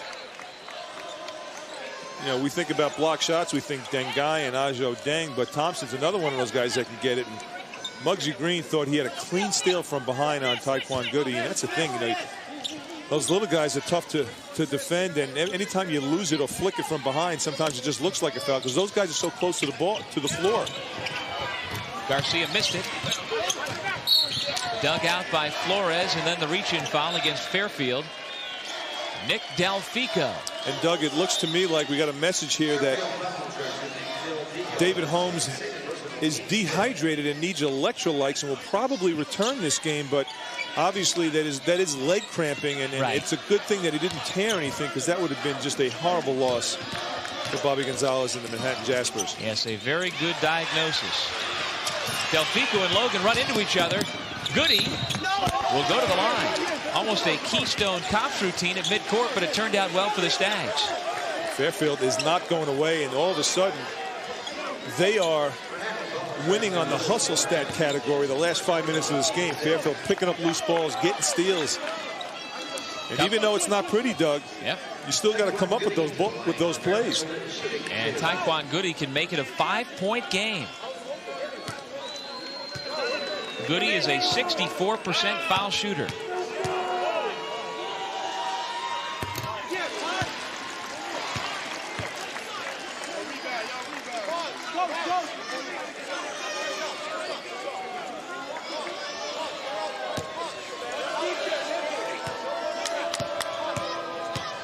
These guys are clearly back in this game, Doug.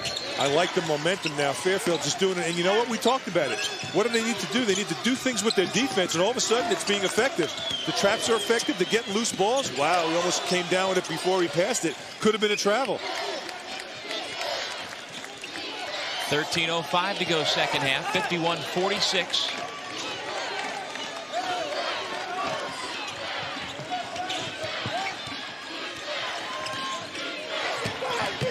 Flores has it knocked away. The Stags down 5 with possession. All of a sudden, Manhattan getting careless with the basketball. Muggsy Green's going to have to settle this team down. Johnson, the foul.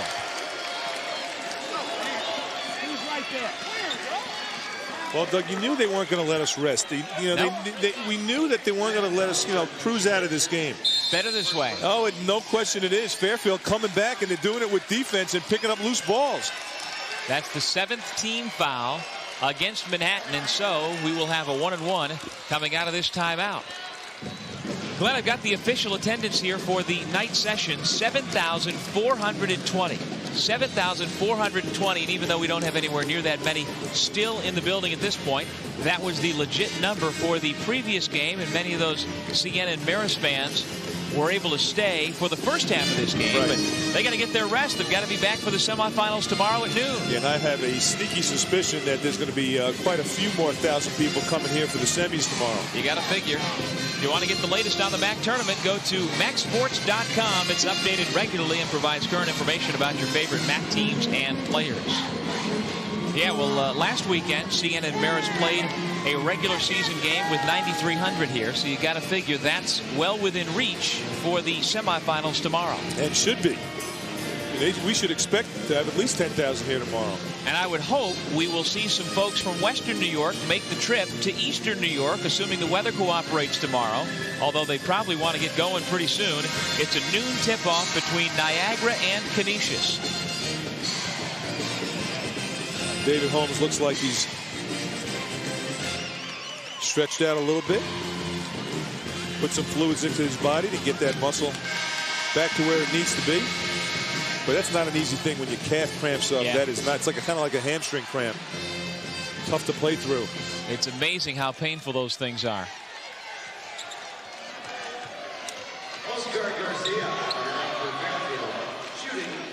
Garcia at the line, a 62% foul shooter.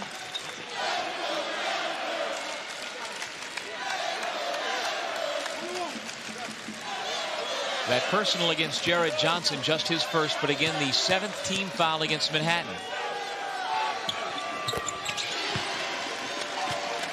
Garcia with a Tim O'Toole's club, inching its way back into this game. They're down by 4.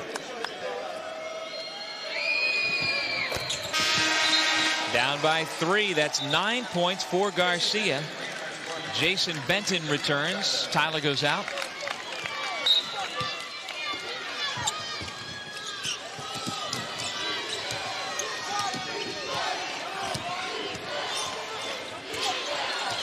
I wonder if little 3-day-old Colin O'Toole is watching this game saying, hey, Daddy's coming back.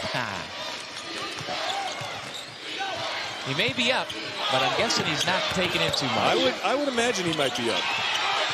Although for Mrs. O'Toole's sake, I hope he's falling asleep to our dulcet tones. Muggsy Green fouled, and he'll go to the line for 2. You know, we got an interesting matchup between Taekwon Goody and Muggsy Green. 2 scrappy guys, 2 guys that are just kind of all over the floor. And both of those guys are quick to pick up loose balls and get hands and fingers on balls. And I'm not too sure I would have liked to play against either one of those guys. Von Damian Green now with 7. He averages 12 points per game.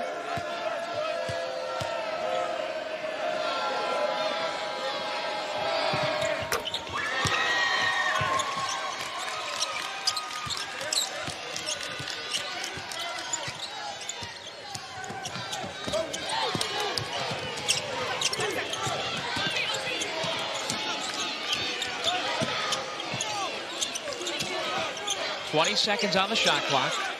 Under 12 to go on the game clock. Straight man by Manhattan.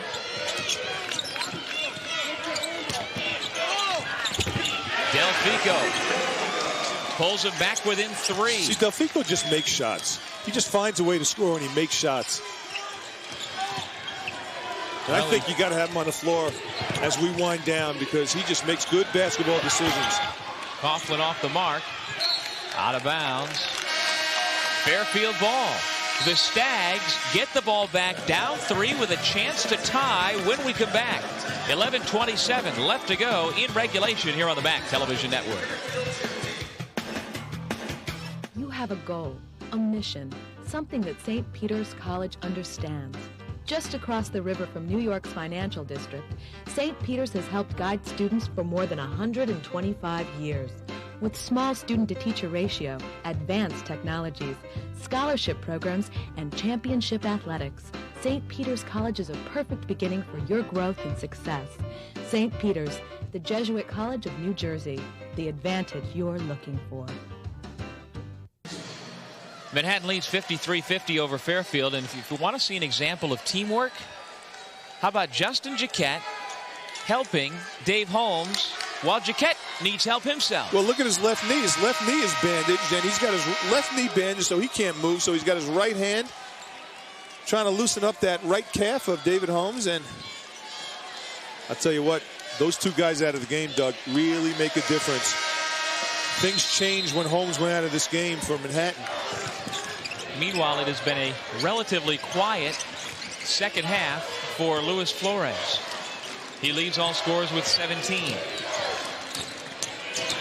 Fairfield can tie it up with a triple.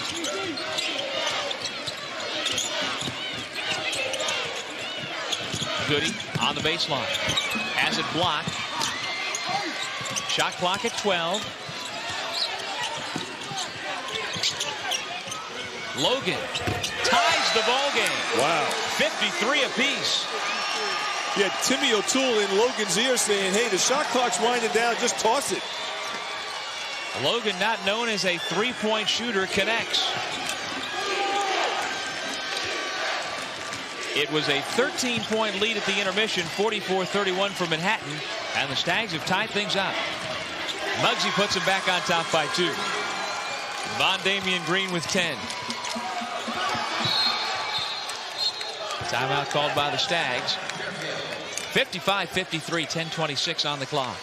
You know, I saw Bobby Gonzalez look down the bench and make eye contact with David Holmes, and David Holmes shook his head saying, I'm not too sure I can get in this game. In the meantime, Charis Moore will check in. This copyrighted telecast of the Metro Atlantic Athletic Conference may not be retransmitted, reproduced, or rebroadcast without the express written consent of the MAAC and MAAC Properties, a division of Host Communications.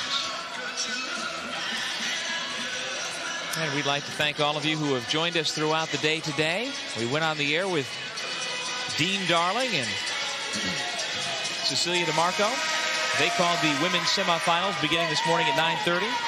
And we've carried the baton for the better part of the time since then. That's a great name, Dean Darling. Dean Darling. And Cecilia DeMarco, I think that's pretty good, too. That's a nice name, too. As opposed to Doug Sherman and Glenn Consor. I know. Yeah, Mr. Boring, I know. Ho-hum, ho-hum. Well, we've got the official report from the training staff at Manhattan College. Holmes, still with the severe cramping, could return. Jaquette has the bruised knee, and he is doubtful. Blocking foul against Benton. And he has fouled out, so that Manhattan bench gets a little bit shorter. Now you got to go with Willie Haynes and or Darnell Tyler, unless Holmes is ready to go. Bobby Gonzalez also might want to think about putting Coughlin in the game, even though he doesn't give you the rebounding that Haynes might, but he's experienced, he's savvy, he could shoot. Looks like Coughlin is coming in, Doug. You and Bobby Gonzalez with a little pipeline of information there. As you said it, Coughlin got up off the bench.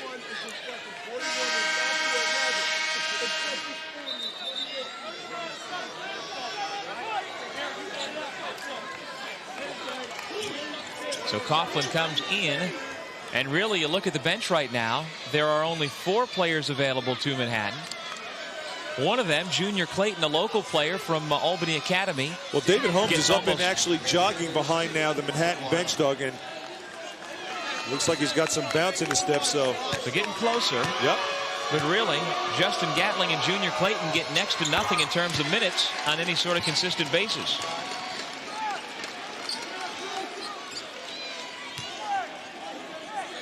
Dengai trying to once again tie the ball game. There's that short bench. 1 out of 2. Charis Moore with the rebound. Of course, Spann has done a nice job on Flores in the second half defensively. Coughlin, no. Charis Moore, nice rebound. Going right back at the big fella and over Ajo Deng. He has played a terrific game off the bench for Bobby Gonzalez. Defensively, hitting offensive boards, making big plays, Doug. Back to a 3-point Manhattan advantage just over the midpoint of the second half. Look at Moore's defense. It doesn't matter who he's guarding. He's just so long, and he's got quick feet. Kyle Walsh into the lane. Too hard off the glass. Who's going to get it? Spann tied up by Moore.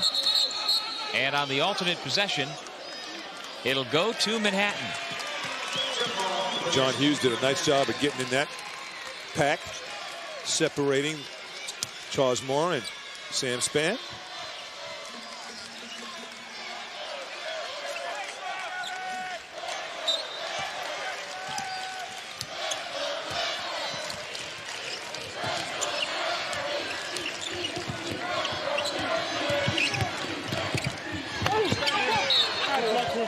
Damian Green is denied, but Manhattan gets the ball back.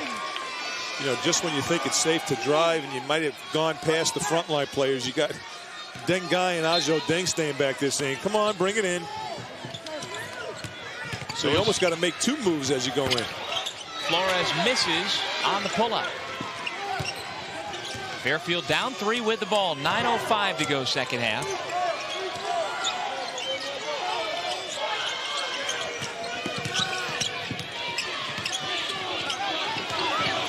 Under 9 minutes to go. Sagadzi. Coughlin the rebound. Nice job by Flores running at him to bother the shooter. He got outside the 3-point line. Quick rotation, quick recovery by Luis Flores defensively. Flores hits the 3. Just like that, it's a 6-point Manhattan lead. 60-54. And Tim O'Toole has to call a timeout. Flores with 20. You know, one of the things that Bobby Gonzalez has tried to emphasize to Luis Flores is to put together 2 solid and consistent halves. Obviously on fire, got a little cold the second half, and nice little kickback from the low post, and Flores got himself set, and that is a big shot because he really has disappeared over the last 10 minutes. And since being tied at 53 a couple of minutes ago, Glenn, this is a 7-1 run for Bobby Gonzalez and the Jaspers. Now we get another report on Justin Jaquette. They're calling it now a knee sprain. The prognosis still the same, though, doubtful for the remainder of the game. He doesn't look to be in that much discomfort, but clearly with that wrap on the left knee, he looks to be done for the day.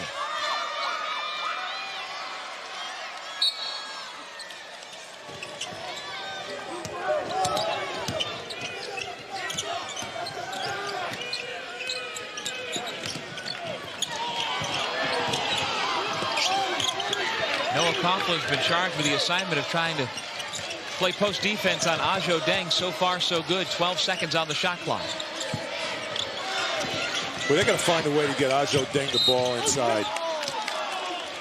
And he's really not moving enough himself. He really has to do a better job of moving without the basketball. Foul number 2 on Flores. Bobby Gonzalez lamenting everything. Sam Spann on the line for Fairfield, shooting for 1-1. You talk about a guy that's been a warrior in this conference, is Sam Spann. Kind of gives you a little bit of everything. Rebounds, he plays defense. He can play low post defense and perimeter defense so well. Underrated scorer. And you know what? He had the program's first triple-double in 14 years back on January 8th. Against St. Peter's, Sam Spann with 10 points, 12 rebounds, and 11 assists. The first since Marvin Walters turned the trick. See, I'm surprised at that, and I'll tell you why. I would have thought maybe Darren Phillip might have gotten one. Yes. Although I guess between the blocks and assists, you never would have gotten enough.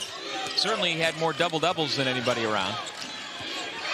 But that came in the 1988 MAAC tournament, which I'm guessing was probably played down at the Meadowlands.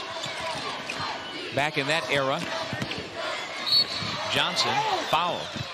And you know what? That was the first year of that LaSalle three-peat. Yeah, they got to fix the rim now. Charles Moore went up. And now we have another situation with Jared Johnson. Yeah, the rim is bent. But Johnson looks like he's having to walk off some leg problems.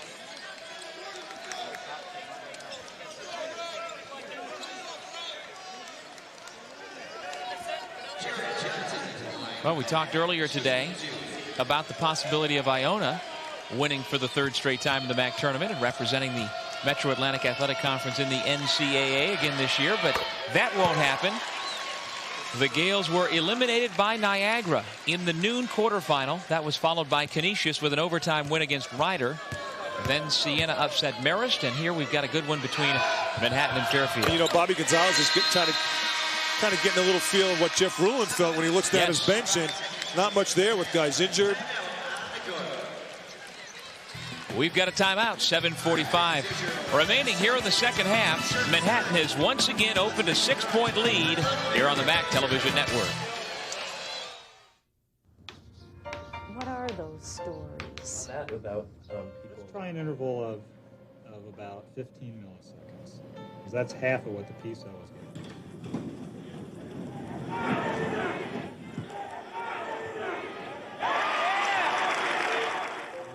The aspects of the retreat, like you talked about friendship. It's also about what that knowledge means for the human spirit. I know that students are concerned about this.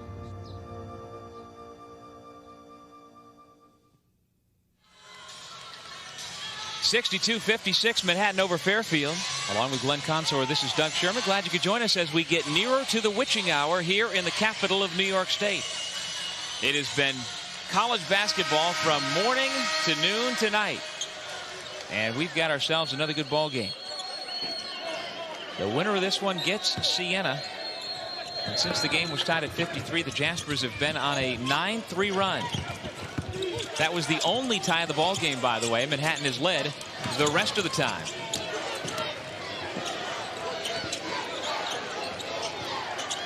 Kyle Walsh bounces it off to Dengai, and he's tied up by Jared Johnson. Saying before the shot, that is the 10th team foul against Manhattan, so it's a two-shot foul either way. You know, the nice thing about playing with Ajo Deng and Dengai is that those guys, upon pressure, can step to an open spot on the floor. You throw it up high, and they can throw it over the top.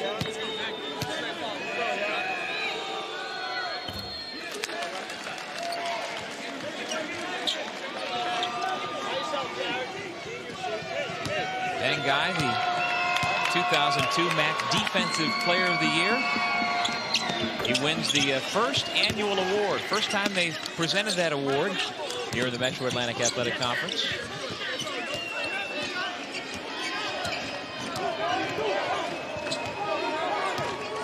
Manhattan with a 4-point lead, 62-58. Johnson missed it, gets it back, has to try and save it. It goes off the foot of Dengai, and nice job by Johnson. The Jaspers will have the ball with 18 seconds on the shot clock.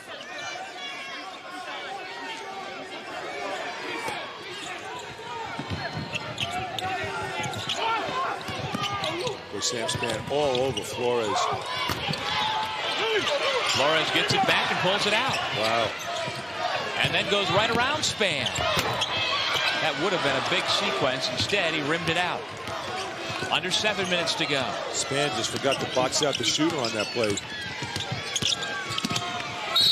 Sagazzi goes down hard after the foul.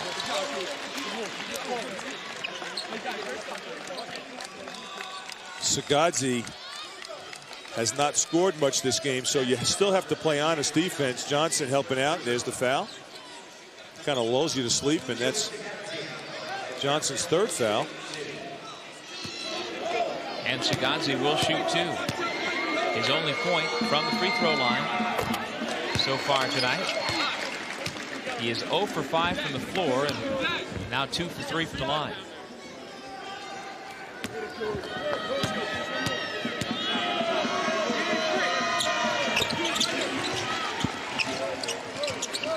Here comes that full court pressure.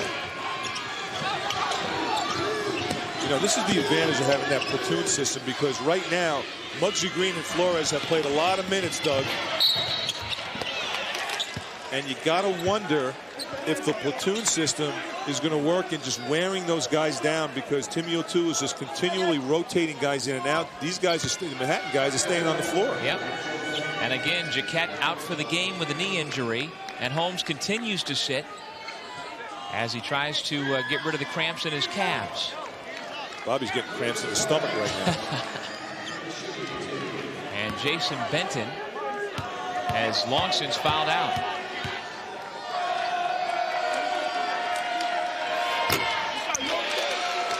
And here comes that substitution by committee.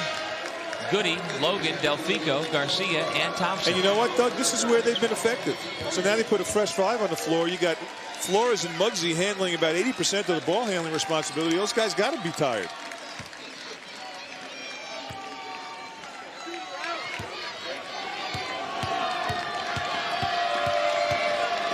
And that might be an indication of that he is tired. Only 3 points in the second half. That makes him 4. You wonder if these guys are starting to wear down. And you know what? Flores and Muggsy have played a lot of minutes this year. Yes, they have. They both go about 35 a game. I'll tell you, one guy that's not tired is Noah Coughlin out top. No. Well, he spent the better part of his sophomore and junior seasons on the sideline with injuries, so he's trying to get every minute he possibly can on the floor here as a senior. Logan hits the three. And now Coughlin is down with some sort of leg injury. Tied at 63.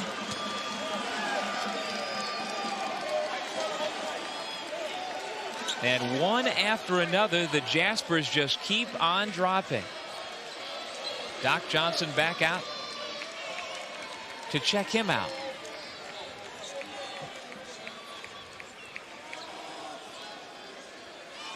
And that one might be a knee, Doug. That one might just be a knee. Keep your eye on Coughlin. As looked like Garcia went right into the back of his knee, and oh man, that is not good.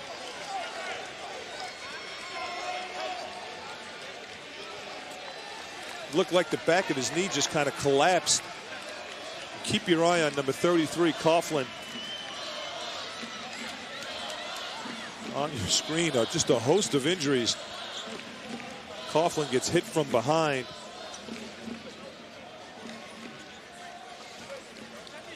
And he is in, and that is not a leg cramp, Doug. No, that is not a leg cramp. A serious problem. And Coughlin had his eyes glued to the rim, and keep your eye on Garcia as he falls in. Here's Coughlin right here. Now watch Garcia fall into that knee and just take it out.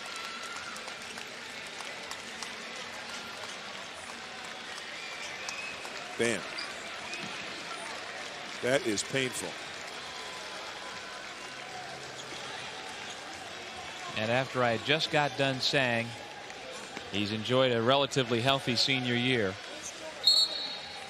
timing on that is lousy. There's never a good time for it, but Noah Coughlin heading back to the locker room.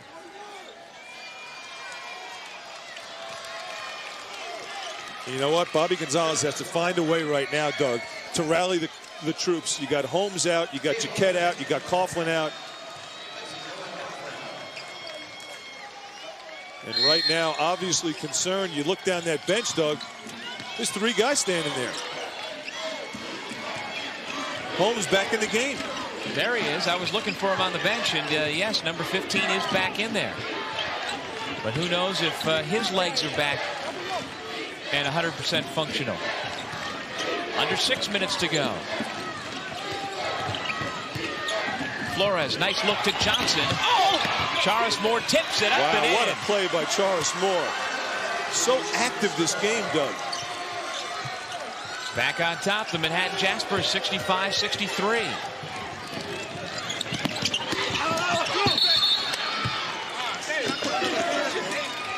Out of bounds, Fairfield ball.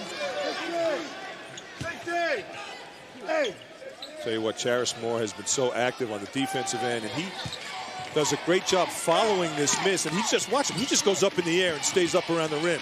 Just gets one finger on it, able to finish. And Jeremy Logan has to use a timeout. Couldn't find a teammate on the inbound. And so the Stags call for a break. 5:33 to go here in the second half. That is the last timeout for Tim O'Toole's Fairfield Stags. And that is a big issue right now, because obviously not getting that ball in bounds, you waste one, and there's still plenty of time left, Doug. Huge play. Only one timeout left for Manhattan. And of course, we've got the official timeout coming up after the 4-minute mark. But not a lot of breaks. Well, we've just about concluded our quarterfinal action here tonight. Tomorrow, this is what we'll have for you. Beginning at noon, the Western New York Showdown, Canisius against Niagara. That'll be aired on MSG and Empire. Then the second men's semifinal between Siena and either Manhattan or Fairfield. That will be on Empire and Metro, not on MSG. And the women's championship game tomorrow night will be on MSG. St. Peter's against Siena, as the Saints try to win their second straight postseason MAAC championship. But again, check your local listings. Bobby Gonzalez hoping to be in that 2:30 game tomorrow afternoon. I'm guessing either way he doesn't sleep a wink tonight. No. Bobby hasn't slept a wink in about 6 months, by the way. Basketball season.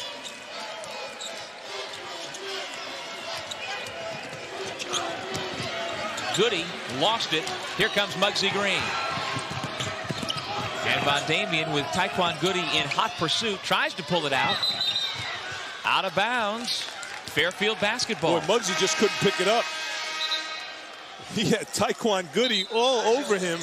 As soon as Goody lost it, he said, I'm going to get in his hip pocket and I'm going to make him work. And boy, oh boy, Muggsy just couldn't wrestle it down.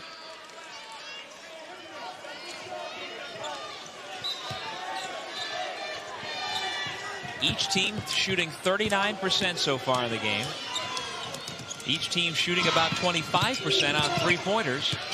Rebounding pretty even, 38-34 in favor of Manhattan. Turnovers about the same, 14-11. Not surprising, we've got a 2-point ball game.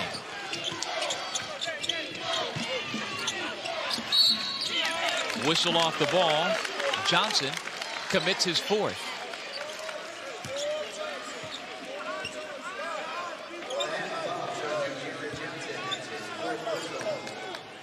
The only double-figure score so far for Fairfield, Ajo Deng. He's got 14. That guy, Sam Spann, has 9. And then 8 apiece for Logan, Garcia, and Delfico.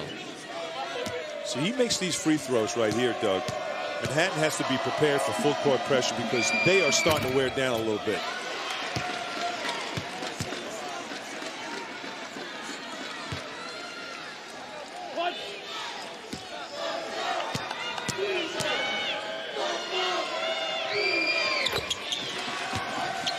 Here's that pressure right here. Sam Spann all over Flores.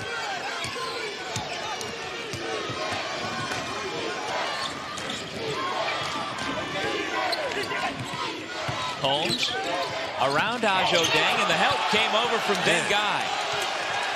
Fairfield can take the lead. Delfico has it blocked, but he's fouled by Charis Moore. And he's going for 3. Foul number 2 on Moore. And a couple of free throws coming up. Actually, 3 free throws, as you mentioned, with a chance to give Fairfield the lead. You know, you talk about how meaningful these guys, Dengai and Ajo Dengar inside. What it means to block shots, boy. These shots that are blocked lead to baskets, and I'm not too sure if Delfico's foot might have been. Actually, it was on the NBA line. Yeah, NBA. NBA. Fairfield has its first lead, Glenn, with 4.5 minutes to go. Far from being over. This is going to go right down to the wire, Doug, once again. They were tied at 53, tied at 63, tied at 65, and finally Fairfield has gotten over the hump. They were down 13 at the intermission.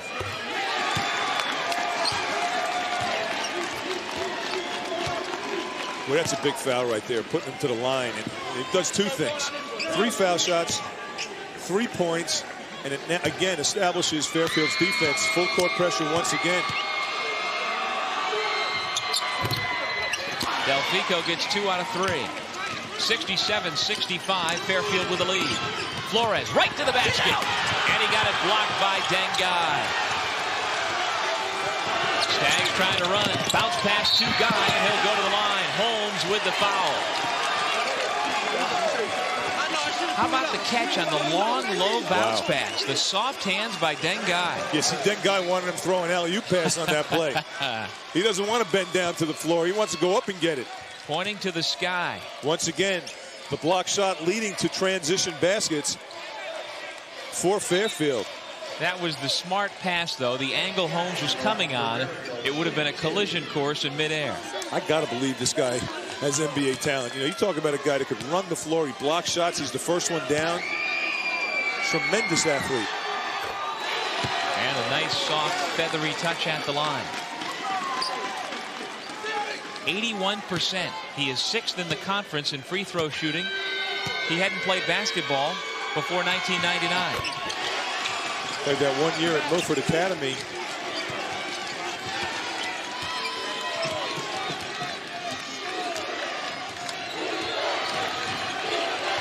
Winding down on the 4-minute mark.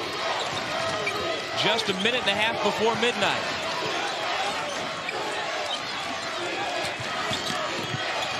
Muggsy Green with a big shot.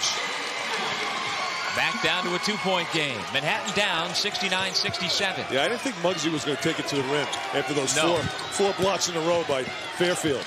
Good pull-up.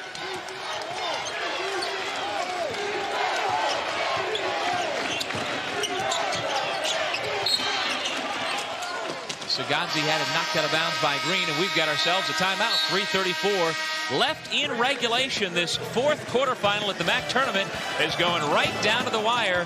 The Stags lead the Jaspers by 2 here on the MAAC Television Network.